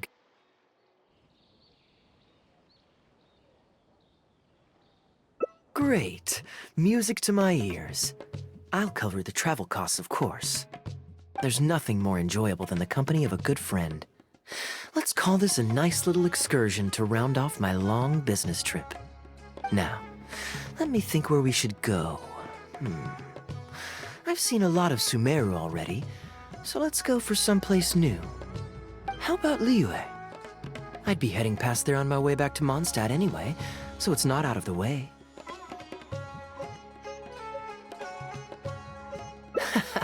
Well, lucky me. I'll hold you to that. Liyue's Ministry of Civil Affairs frequently corresponds with the Knights of Favonius, so the address on their letterhead is one of the few places I'm familiar with. I don't have much luggage, so it won't take me long to pack. Give me a moment, and then we'll head there together. I've heard that there's lots to see and do in Liyue, but I'm sure you're more familiar with the place than I am, so I'll leave the itinerary to you. Excellent. Well, hopefully I'll get to know some of these friends for myself. It's such a satisfying feeling to just drop everything, go on a long trip, and see something new. Who knows who we might cross paths with? We might even end up going on an impromptu adventure. Just like how I met you in Port Ormos, and now we're here. Come on, let's see what's up ahead. Do you know this shop? It looks pretty nice from the outside. Shall we take a look? Welcome to Mingxing Jewelry. We are a long-established trader of precious stones. Is there anything in particular you're looking for? Let me see. Ah, some nice jewelry you've got here. Maybe I can grab something with a local flavor as a souvenir. What do you think, traveler? See anything that suits my style? I trust your judgment. Ah, you're interested in souvenirs. If you're struggling to decide, you might want to consider getting some jade. You can't go wrong with a nice jade pendant. They're an elegant addition to your look, whatever your age or gender. If you're looking for a specific design, we can make it to your specifications. It does take some time to fulfill an order, however. High-quality jade is hard to come by, so our waiting list is at least a couple of weeks. Oh, that's a pity. I'm just visiting and I won't be in town for very long. So as much as it pains me to do so, I'm afraid I'll have to leave this beautiful bijou behind. No worries at all, sir. If you're looking for something off the shelf, why not go and see Mr. Shurto at the Jade Mystery? He also deals in jade and precious stones. Exactly. But on that note, let me give you a word of advice. There's no risk in purchasing a piece of jade that's already been cut. But you could lose all of your mora betting on uncut rocks. I won't say any more, as I don't want my fellow vendors to think I'm bad-mouthing them. But I think you catch my drift. It's only human nature to spend a little when you're on a trip, but don't be too hasty to part with your cash. The Ministry of Civil Affairs takes everyone's economic well-being very seriously, and they often send out the Millilith to spread public awareness of well-known scams. As guests here, I'd encourage you to watch out for anyone trying to rip you off. I think that's sound advice wherever you go into that. We appreciate it, boss. Welcome! Looking for uncut stones or pre-cut jade? We've got plenty of both for your viewing pleasure. Uncut stones. Ah yes, we were just briefed on that. Let's take a look at the pre-cut jade. I believe I detect a quiet but distinct tone of apprehension in your words. Please rest assured, there's nothing to be quite so wary about with my business. Feel free to peruse at your leisure. I think you'll find that everything I do here is entirely above board and legitimate, and I sell only pure and unadulterated goods. No scam guaranteed. Sure, you can bet on jade and lose if you're unlucky, but that doesn't make it a scam. My terms are clear and transparent, and I only do business with willing customers. What scammer can claim that? Sounds perfectly reasonable. At the end of the day, it doesn't matter how much the vendor is charging. If the customer decides to hand over their money, they're taking the bait of their own free will. Yes, exactly. I'm glad you understand. Although your peculiar phrasing at the end there, you almost make it sound as if I really am scamming people. Anyway, betting on jade is what it is. Feel free to try your luck, but if you can't afford to lose, then it's not for you. We don't need to cause each other any trouble. I'll leave you to browse at your own pace now while I deal with other potential customers. Amber-colored jade would probably make for a good souvenir. Why not? This is a quirky little place. Somehow, I'm inclined to entertain him for a bit. Well, if you're not interested, then I guess we'll pass.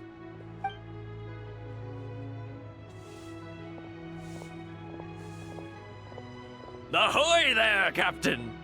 Fancy seeing you back in town. Struck any gold lately? What, a poor sailor like me? You must be joking. I barely managed to make ends meet. What about you, Shurto? Still scamming people with your pile of rocks? Hey! Keep your voice down. Can't you see I've got customers?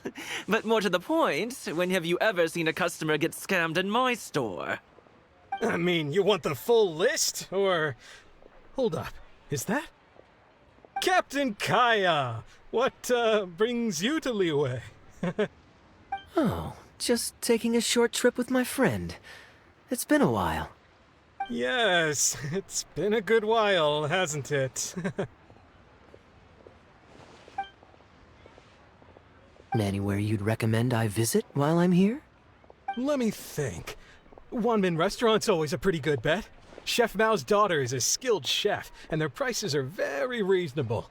My wife can't get enough of their boiled fish. You could give that a try. And, speaking of my wife, she won't let me forget what a great help you've been to us before. So thank you, on her behalf. Your wife? Ah, yes. How is she doing these days? Keeping well? Very well, thank you. Very well.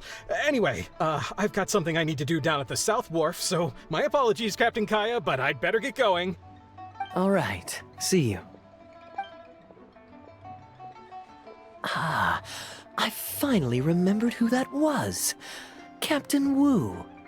He runs a transport business between Mondstadt and Liyue. I see.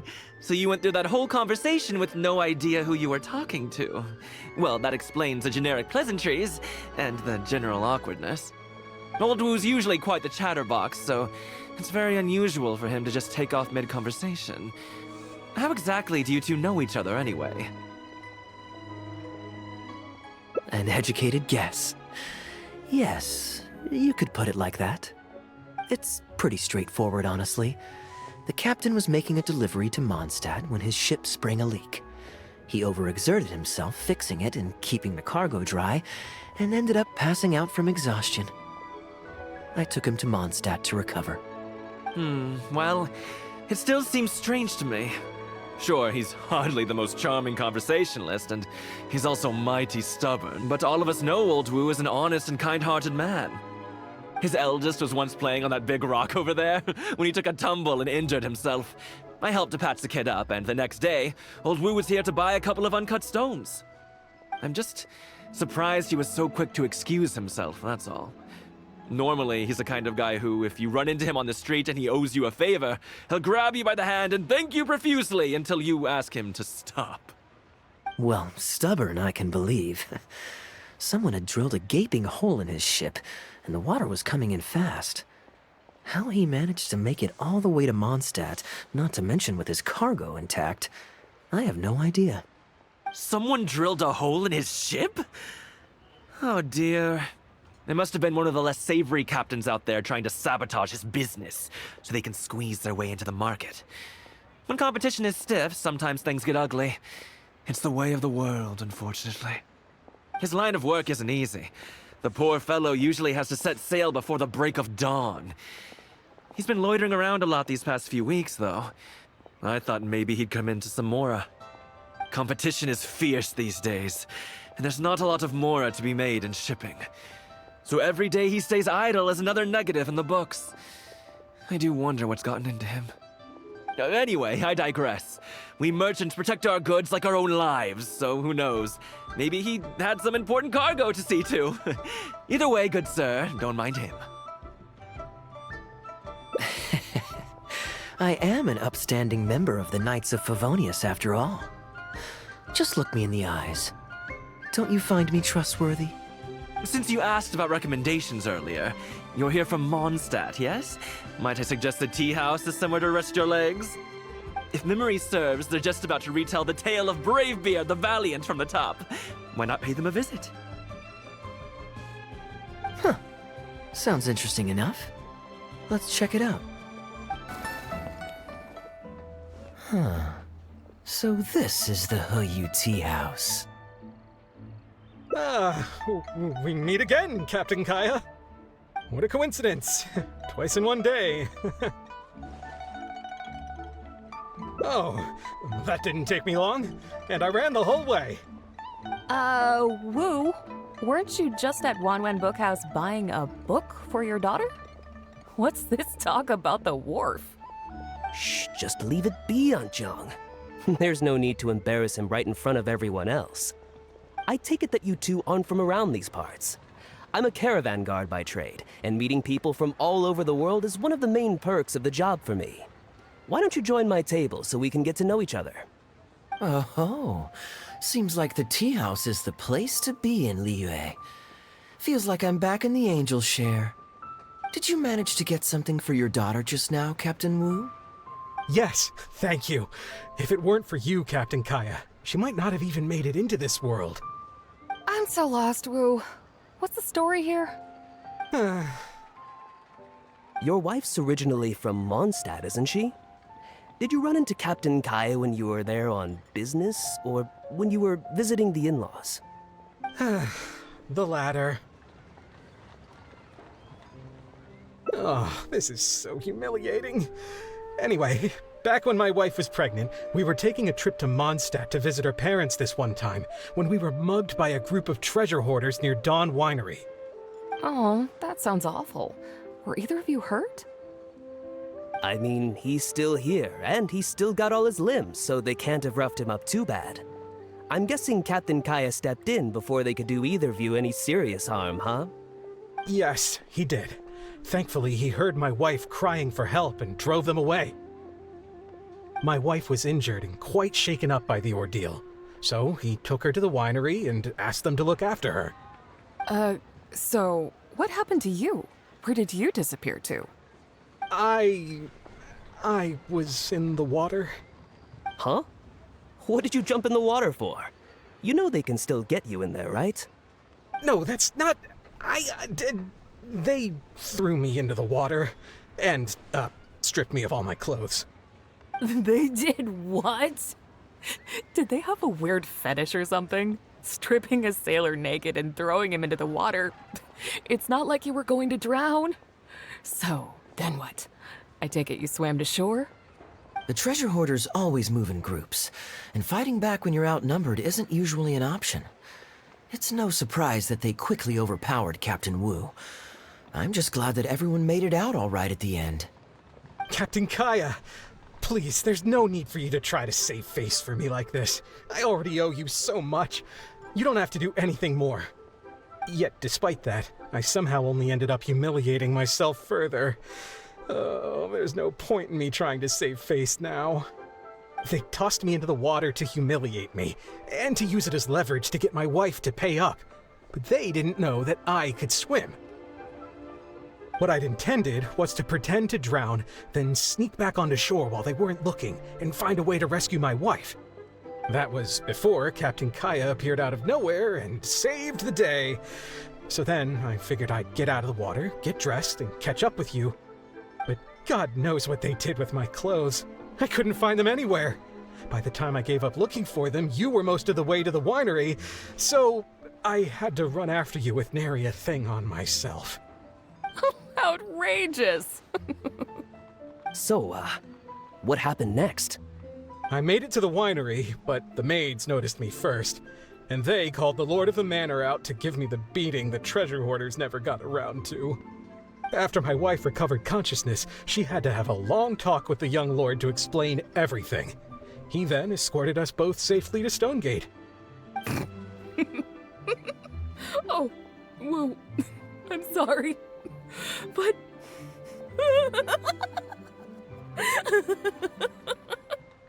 Ugh, good luck living that one down. Trust me, I know. My wife never lets me forget. I'm sorry, Captain. I wasn't intending to share that story. It's fine.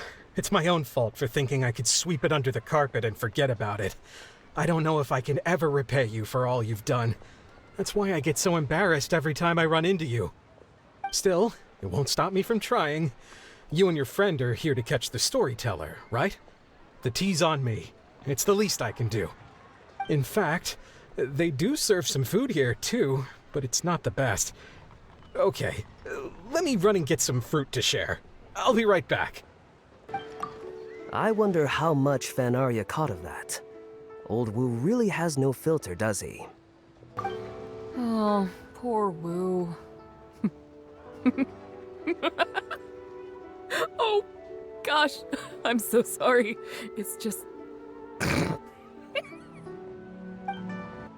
He really didn't have to share all the details of that story, but since he didn't seem to mind, I wasn't about to stop him. I did actually forget at first, but once he brought up his daughter, the memory of his naked escapades came flooding back. D-Luke thought some pervert was harassing the maids. He charged straight out the door, great sword in hand and raring to go. I haven't seen him so angry in a long time. So many people owe me favors nowadays. It's hard to keep track of them all. I really should go check my favors ledger once I'm back and refresh my memory. Hey, you didn't think I was being serious, did you? Do I really strike you as the kind of person to keep track of favors in a notebook? I just helped the guy out on a couple of occasions because I happened to be in the right place at the right time. I have no intention of asking him to do anything for me in return. At least, not so far. I'm back with fruit. Please help yourselves, everyone. My treat. Thank you. Oh, don't mention it. It's just a few fruits, nothing extravagant.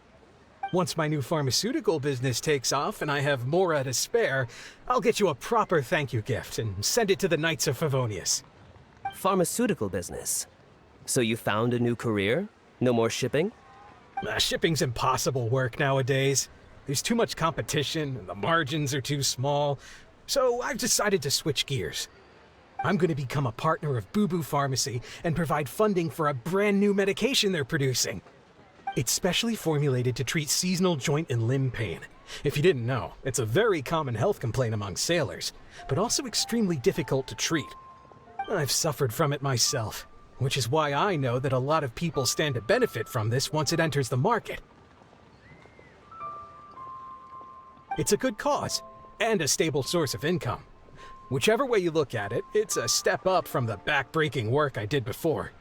I've already had some talks and invested 1 million mora for the first round of funding. That's impressive, Wu. I wouldn't have thought you had the connections for something like that. So is it Dr. Baiju that you're in talks with? Oh no, not Dr. Baiju. Actually, it was his master, Dr. Baifudze. His medical expertise and clinical experience are second to none, and he really cares about his patients. He gave me a few of his traditionally formulated bone-strengthening pills when he saw me suffering from my leg pains one day. It was like a miracle cure. The pain immediately went away. Dr. Baiju's master? Yeah, I told him I'd be enthusiastically recommending his medicine to the other guys at the docks. And after some hesitation, he just went right ahead and wrote up a prescription for me, completely for free. He said that he shouldn't really be handing out free prescriptions since, and I quote, "It goes against generations of tradition handed down by our forebears." But he just felt like it was the right thing to do. What a great guy. But I got chatting with Dr. Baiju recently when the Secure Transport Agency did a delivery for Boo Boo Pharmacy. He told me that his master has already passed away. Huh? Why would he say something like that? I mean, the guy's old, but he's still in great health. Captain Wu, where did you meet this old master? Just out on the street? I know that sounds dubious, but this is an educated and respectable gentleman we're talking about. There's no faking that. Hold on a second. I just remembered something. My nephew-in-law met a medicine seller not too long ago, too. He also described it as a miracle cure. He spent a lot of mora on it, but when he brought it to Boo Boo Pharmacy, Herbalist Gui took one look and told him he'd bought nothing but regular painkillers. This Baifudze you met, did he by any chance have a goatee and salt and pepper hair? He did. If I may, Captain Wu, there's a lot of mora involved here. It seems like it would be worth asking this Dr. Baiju about his master, just to set the record straight. You could show him the medicine as well. Clearly there's some misunderstanding here. You're right, Captain Kaeya. A quick trip to Boo Boo Pharmacy and I can get Dr. Baiju to clear all of this up. I'm sure it's all... hopefully it's all fine. He left in a hurry. He must be stressed out of his mind right now. Hey, let him deal with this, okay? No point in you stressing yourself out, too. Fraud or not, it's up to Captain Wu to figure out exactly who he's gotten himself involved with. I'm no Dark Knight hero, or martial arts hero for that matter, and neither are you. Wait, or are you? Now that I think about it, I can see you having a secret double life as a martial arts hero here in Liyue. You certainly have the personality for it. Either way, Liyue has its own rules and regulations. Best to let the Ministry of Civil Affairs deal with this in the proper manner. If a couple of outlanders like us get involved, we might just end up muddying the waters, even with the best of intentions. We came here to enjoy ourselves, remember? We don't want to get our priorities mixed up. Oh, and look at that. The storyteller's taking the stage. It is said that the sky's the limit for the aspirational soul. But alas, for the woes of the world are equally limitless. No such stranger to woes was Huang Guang, a man who, having suffered countless injustices at the hands of his fellow men, forsook them to dwell among the mountains and rivers. Yet fate fortuitous found him when he entered the tutelage of an adeptus and learned many mystical arts from them. Per his master's wishes, he then returned once more to the human world. Only this time, with a sworn duty to cleanse the land of demons and to see justice done wherever he might tread. Is that all? Oh, I was hoping to hear the rest of the story. It was all right. I suppose the hero always has to sacrifice himself to save others, and it does make for some good storytelling, but it leaves you wondering how he really feels about the whole thing. Did he ever have second thoughts? Only he can know, I suppose. Oh, I see the show is over. Yeah, I saw Dr. Baiju. Looks like it was a scam after all. Then what are you waiting for? Don't just stand there. You need to report this to the Ministry of Civil Affairs right away. Hold on. Let's not lose our cool. Get your story straight first, so you can give them a clear and detailed account of events in the order that they occurred. And one more thing. Do you still have a way to contact this guy? Well, I'd arranged to meet him at the Yunshang Tea House once I've withdrawn the next sum of Mora, so I suppose he'll still be waiting on that. Okay, so you've got another meeting lined up. I've got no one to blame but myself for this. I can't believe I was so gullible. I guess the world isn't made for naive simpletons like me.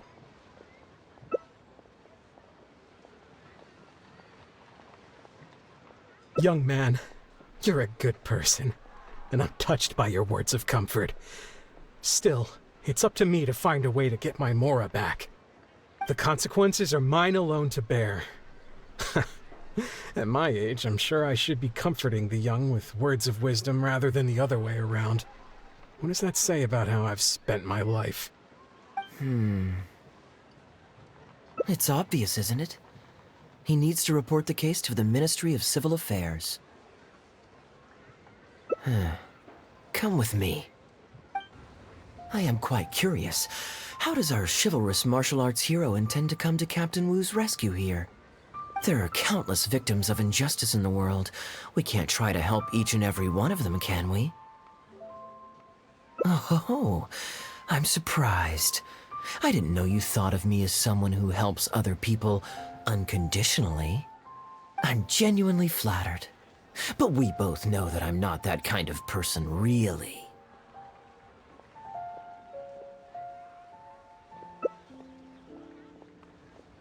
Your logic is very straightforward, and quite endearing in its simplicity.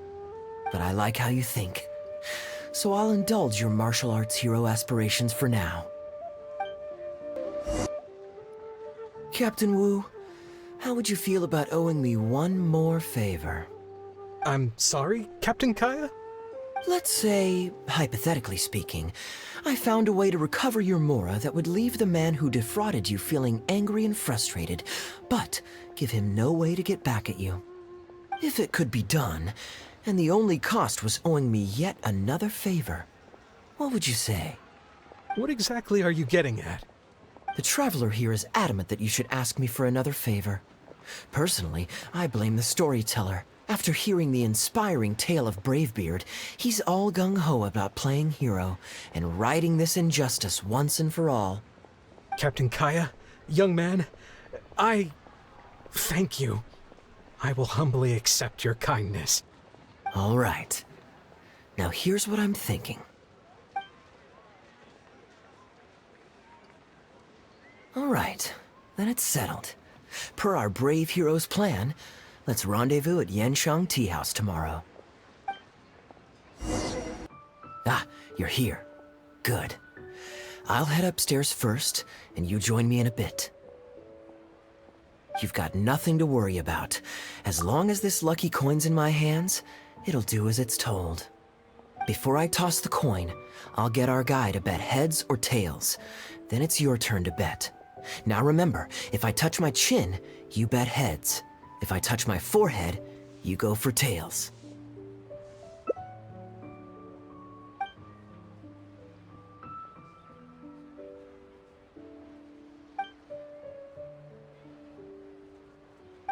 Hello. Are you waiting for someone?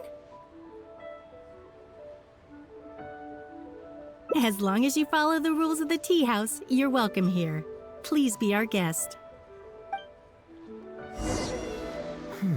From the way you describe it, Liyue does sound like an attractive place to settle.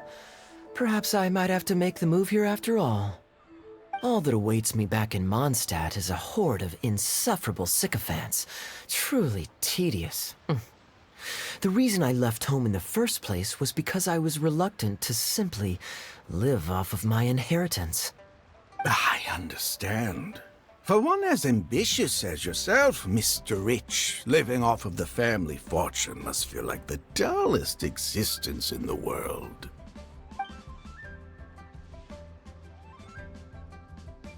What are you doing?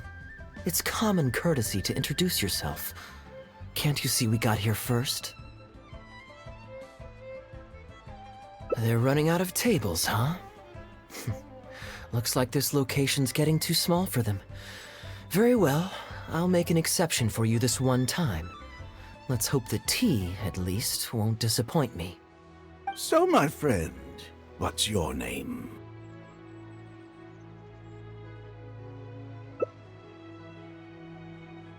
Here is the tea that you ordered. Please enjoy. Ugh, this tea is... never mind. Mr. Bai, this has been a most pleasant and insightful conversation. I consider it good fortune that I encountered such a refined gentleman as yourself so far from home. Please allow me to pay for the tea. Yes, good fortune indeed. In that case, I must thank you for your generosity. You there. I'll get yours too.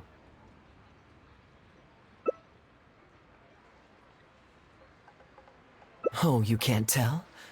My family's lived in Mondstadt for generations. I got bored sitting around at home and decided to set off on a journey to expand my horizons. The sights of Liyue Harbor are rather spectacular. I've half a mind to buy a waterfront property here so I can come vacationing every year. That would be quite nice. If the family would spare me a little loose change, I could even invest in an antique shop or two so I have something to do during the day. And the point of life is to enjoy yourself. If something makes me happy, it's worth every mora. Mr. Rich, just to clarify, that's quite a large sum of mora as far as the common man is concerned. It's understandable that our friend over here feels out of his league. The name's Albert. Surname Rich. But only the servants in the house address me as Mr. Rich. Now that we're so well acquainted, Mr. Bai, please just call me Albert. Albert does have a nice ring to it. It is my honor to become friends with someone of your... caliber. You flatter me. What say you to acting as my guide during my time in Liyue? I'll pay you handsomely, of course. Naturally, board and lodging would be included. And I could pay you in the region of 50,000 mora per day? No need, my good friend. I shan't be so vulgar as to take your mora. We're both men of character. The pleasure of your ongoing acquaintance shall be ample reward in itself. To join a noble gentleman on his travels is a rare opportunity. Please, let me draft up an exact itinerary. I'll make sure to give you the experience of a lifetime. You there. You're welcome to join us if you want. Which clan did you say you were with? The Hoo-Ha clan or something? Goo-Ha, huh? Strange choice of name. Gotta say, I've been in Liyue for a while now. This is the first I'm hearing of them. I guess they're one of these obscure ones who keep to themselves. Yes, well, there are many martial arts clans and factions in Liyue. It's only natural that you haven't become acquainted with all of them. Ha, fair enough. Still, weird name. Bet they have some even weirder practices. Seriously though, what kind of skills do you guys train anyway? It's all for show, right? I saw some people performing a few tricks down at the wharf. Is it that kind of thing?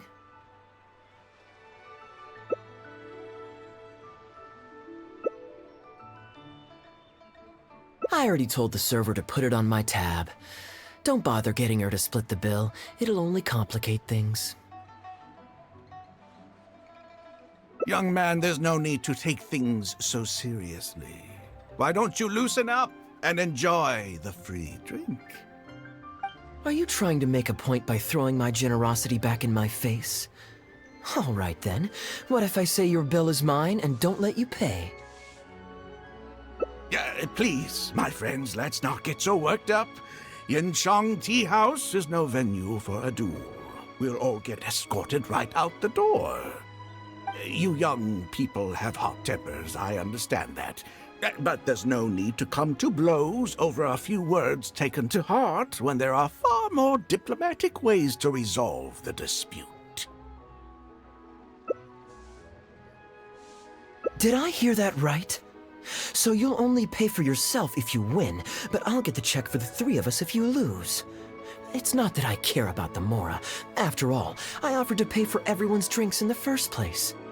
No, what I find truly absurd is your refusal to play fair. I demand that you also pay for three if you win.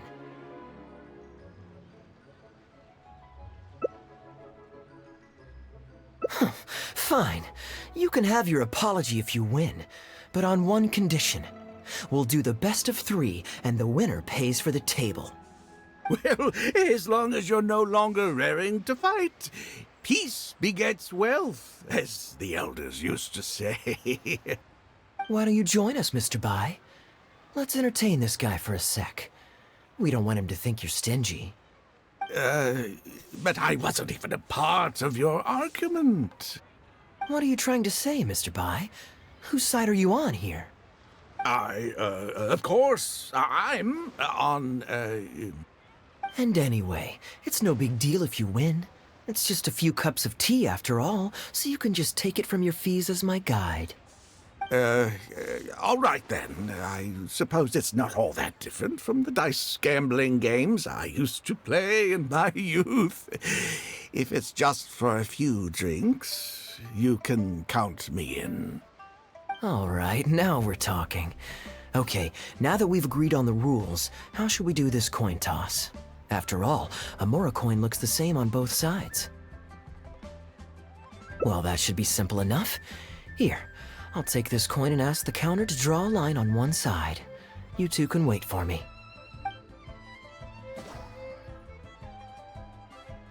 Young man, I can see that you haven't spent many years in the real world.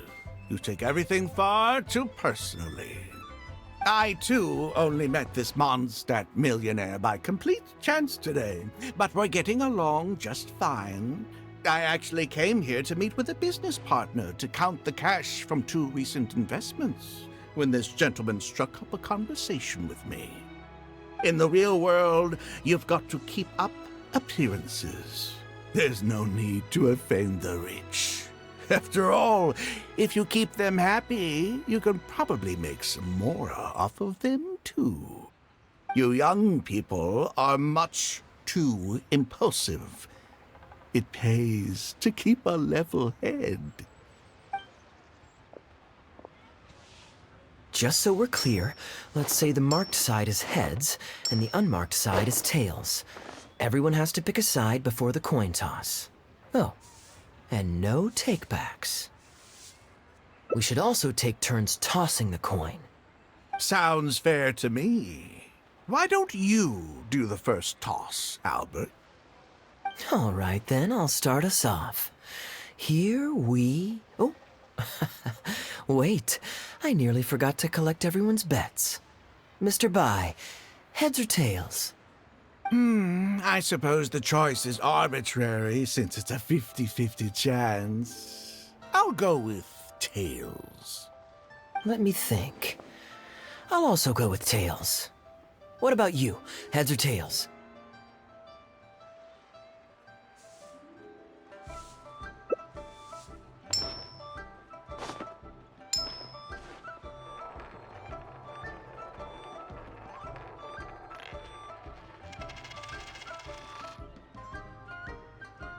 Oh, darn, I won.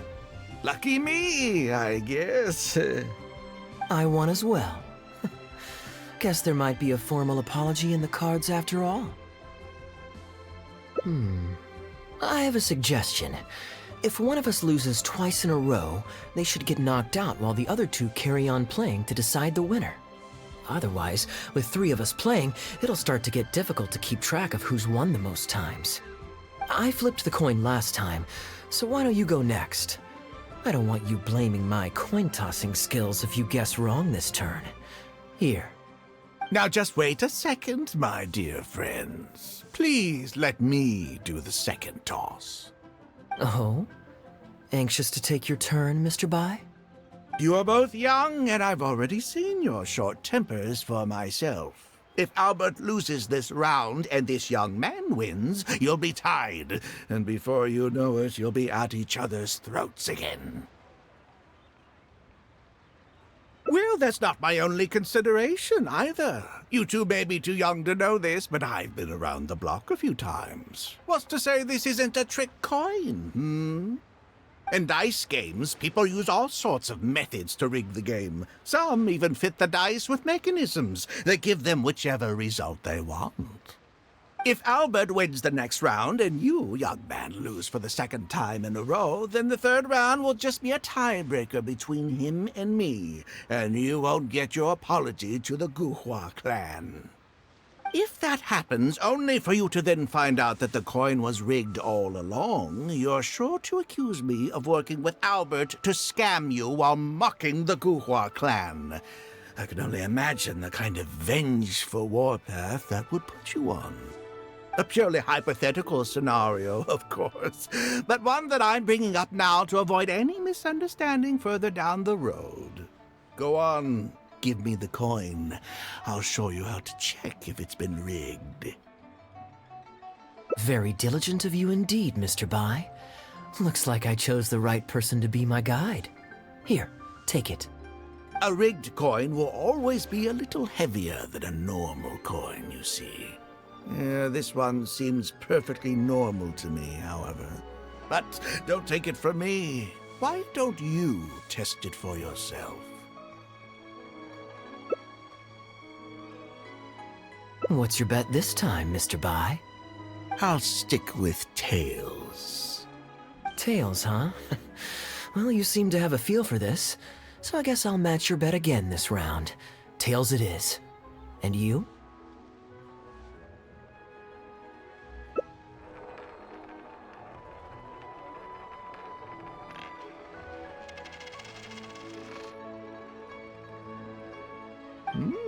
Well, my luck's still just about holding out. The 3 of us are now tied, so no one drops out. Certainly better than Albert and I going head-to-head in the final round. Well, here you go. What'll it be, Mr. Bai? It's a tough decision this time. That's what makes it fun, isn't it? Anyway, there's no need to stress.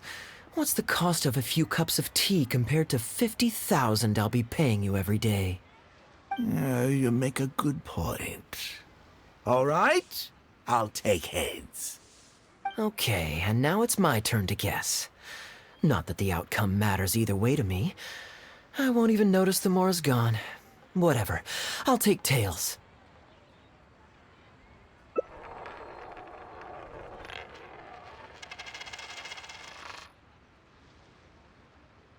Why did it have to be heads? This whole thing started because you two got into a spat, and now I'm the one that has to foot the bill. What say you to another round? Sure, why not? I'm having fun. I can go for as many rounds as you want. What a miserly person. Do as you please. The 2 of us can play. But, Albert, all the fun of gambling is in the stakes involved. What say you to throwing a little loose change into the pot? Oh, come on now. No need to walk on eggshells here. Let's keep it simple, shall we? If you guess right, I pick up the tab. But if you guess wrong, I'm afraid it's still on you. Sure. That's exactly what I was thinking. Well, here's the coin. You can toss first. I'll take heads. I'll choose... Wouldn't it defeat the whole purpose of betting if you guessed the same as me? This is a two-person game now. Surely one of us has to guess heads and the other tails. All right. It all comes down to luck, after all. I'll take tails.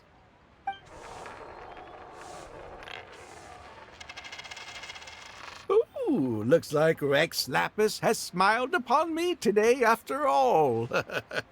Thank you for the tea, Albert. Look at you getting so giddy over some chump change. It's like you've never gambled with real money before, my old man. That's a real rush, I'm telling you. This is nothing by comparison. In fact, I'm starting to get a little bored. Well, in that case, would you care for another game? Sure. And let's up the stakes a little this time. Shall we say 50,000? Oh, maybe that's a little on the high side. What, 50,000? But that's just a single day's guide pay for you. All right. I'll bet tails. Great, then I'll bet heads. No takebacks. Heads. Tails.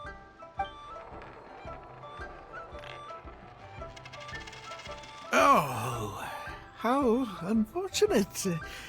I shouldn't have gotten greedy. After all, in the long run, gambling is always a losing game. 50,000 more. My goodness. Albert, I'm terribly sorry, but as it happens, I forgot to bring my coin purse with me today. Could you perhaps take this 50,000 out of my guide fees? Call it an advance payment. That would make us even. Advance payment?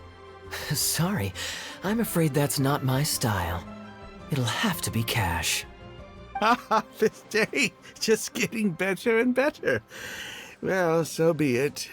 50,000. Let me see what cash I have on me.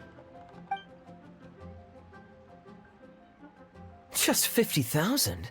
That's not what we agreed on. Huh? What are you talking about? I think you'll find that our bet was for 50,000. No, it wasn't. The amount was 1 million. 1 million? Are you insane? Come on now, Albert. Be serious. 1 million here and 1 million there might be all fun and games to you rich types, but to ordinary folk like myself, this is no laughing matter. I'm being perfectly serious. I know what I said, and what I said was 1 million mora. You're lying through your teeth. Hey, young man, you tell him. Did you hear him say 1 million at any point during our bet?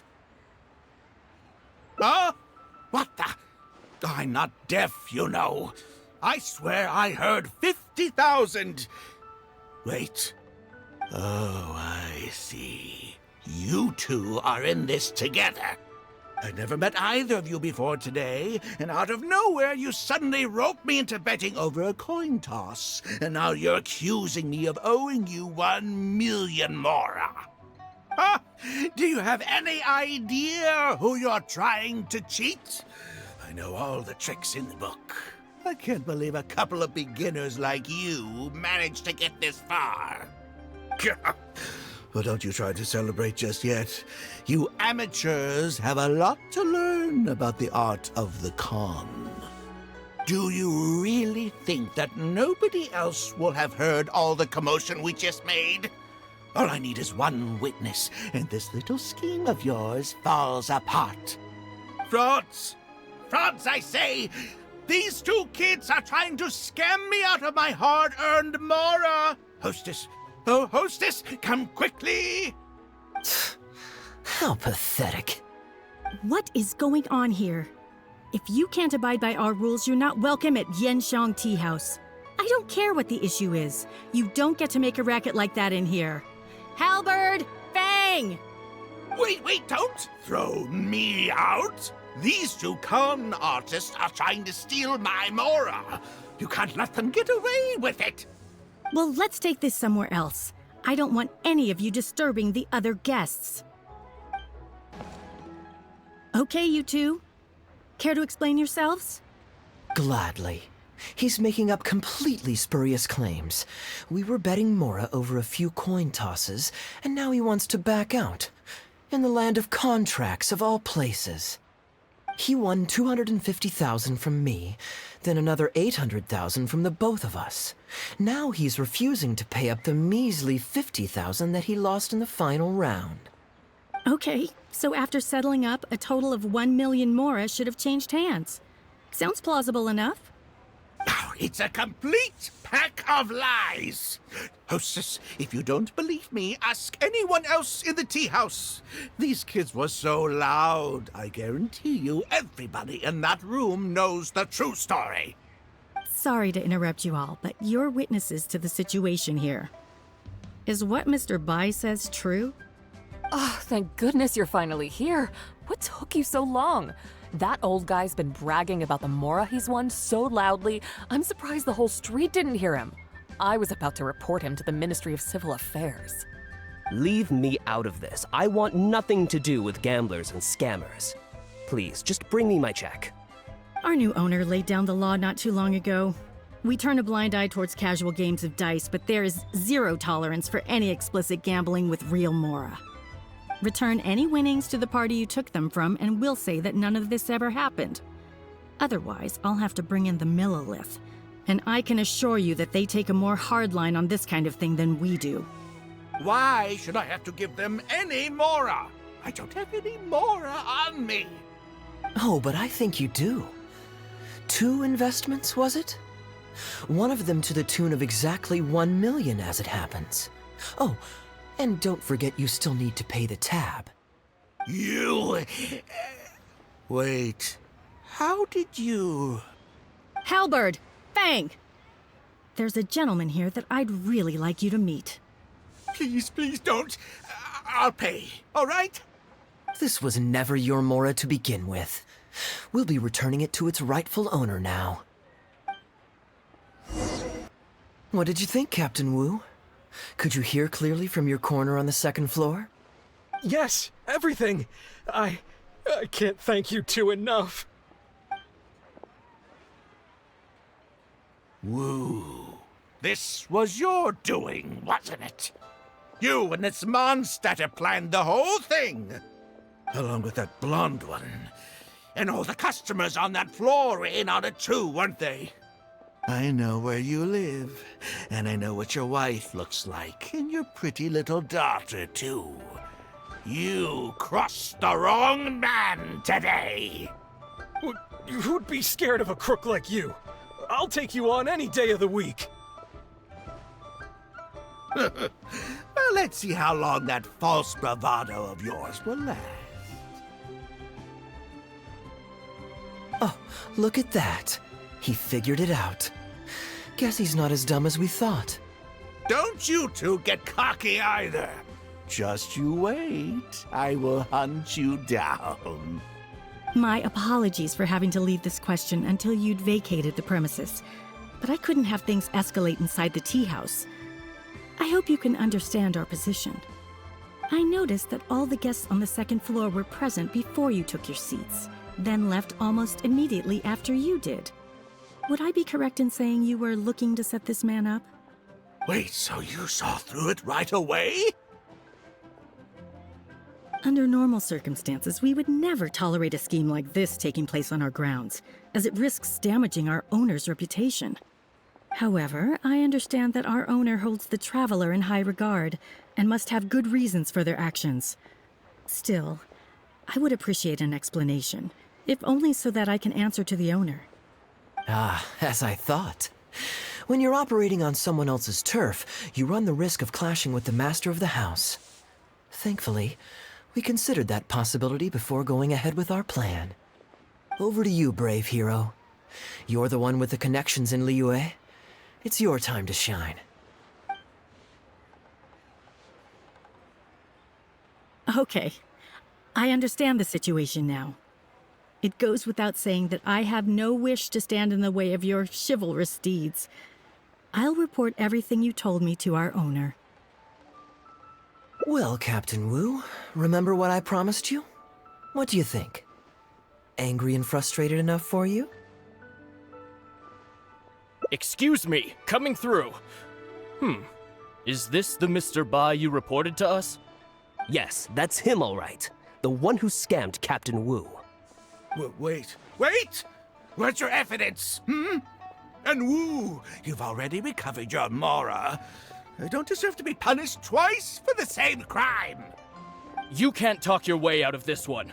You're already suspected of defrauding multiple victims out of smaller amounts, and the combined total meets the threshold for a conviction. If it turns out you're guilty in this case too, it'll only add to your sentence. Does the plaintiff have any witnesses? If so, we'd really appreciate if they could come with us and provide a testimony. You got tangled up in this too, huh? In that case, please come with me. Your witness statements will play a crucial role in helping to move this case forward. Don't worry, we won't take up too much of your time. And you, sir, can stop twiddling your thumbs. You're coming with us too. Hey, keep your hands off me. I'll cooperate. Stop manhandling me.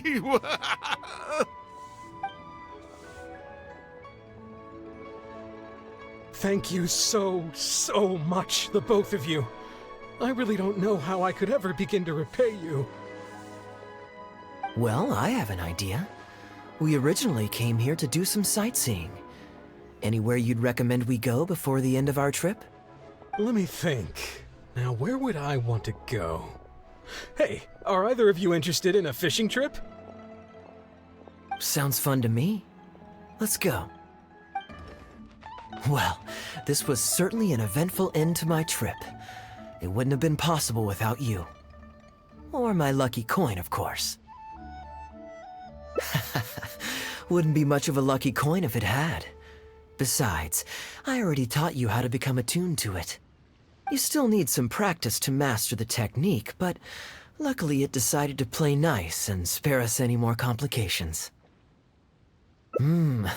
A better question to ask might be, what do I do to make this coin happy to work with me and show me whichever side I wish? My answer would be that I tell the coin a joke every time I toss it into the air. If it finds my joke funny, then it cooperates with me. Of course, this whole arrangement hinges on a pre-existing amount of trust between the two of us. I can't just get any strange coins to listen to me. Yeah, I was a little surprised when he unwittingly called out our trick coin, but it didn't matter. A good gambler always keeps their options open. You have to have a contingency plan for when the odds are against you. So when I went to the counter, I marked a regular coin as well as my trick one. That safely avoided any risk of him finding out about the trick coin. But it also meant that we wouldn't be able to control the result of that round. But hey, what does it matter? The fact that he made things a little more challenging only made it all the more exciting to watch him slowly but surely fall into our trap. Especially listening to him warn us about the possibility of a rigged coin right as we were scamming him. That was my favorite part. As long as I chose the same bet as him, and you bet the opposite to me, it was always going to end up with him paying. Unless, of course, he'd had some other tricks up his sleeve that we hadn't thought of. Then things would have gotten really interesting. You two are genuinely the smartest people I've ever met. I'm no intellectual, so I would never have been able to come up with a plan like this. Even when you described it to me, I only understood parts of it. Well, I may not be the smartest guy around, but one thing I do know is this. One should always return tenfold the help that they've received from others. We were just ordinary acquaintances. You had no reason to help me as much as you did. If there's anything I can ever do for you in the future, anything at all, please let me know. You can always count on me. I guarantee it. Oh? You seem agitated. Are you worried about owing me yet another favor? There are two kinds of people who owe me favors. One is my friends, and the other my informants. My informants have to fulfill whatever requests I make of them, no questions asked. The question is, which kind of person do you want to be? Ah, and you're torn again. Too afraid to ask to be my friend, but also daunted by the dangers inherent in becoming my informant. Well, it's okay, because I just thought of a fun and easy way to get us out of this impasse. Let's do a coin toss. This is the regular coin I prepared for the contingency plan when I was borrowing a pen from the bar. Not the lucky one that does what I tell it to. If it's heads, we're friends. But if it's tails, you're at my beck and call. May the Lord of Geo decide. So, was it heads or tails? What do you think? What does your heart tell you? I understand now. You have my most sincere gratitude. No, that's a little too formal. What I'm trying to say is, here, your fishing rods, my friends.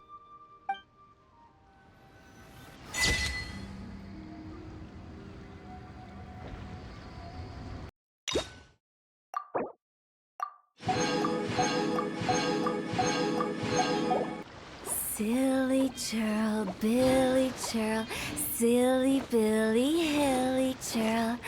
Woo!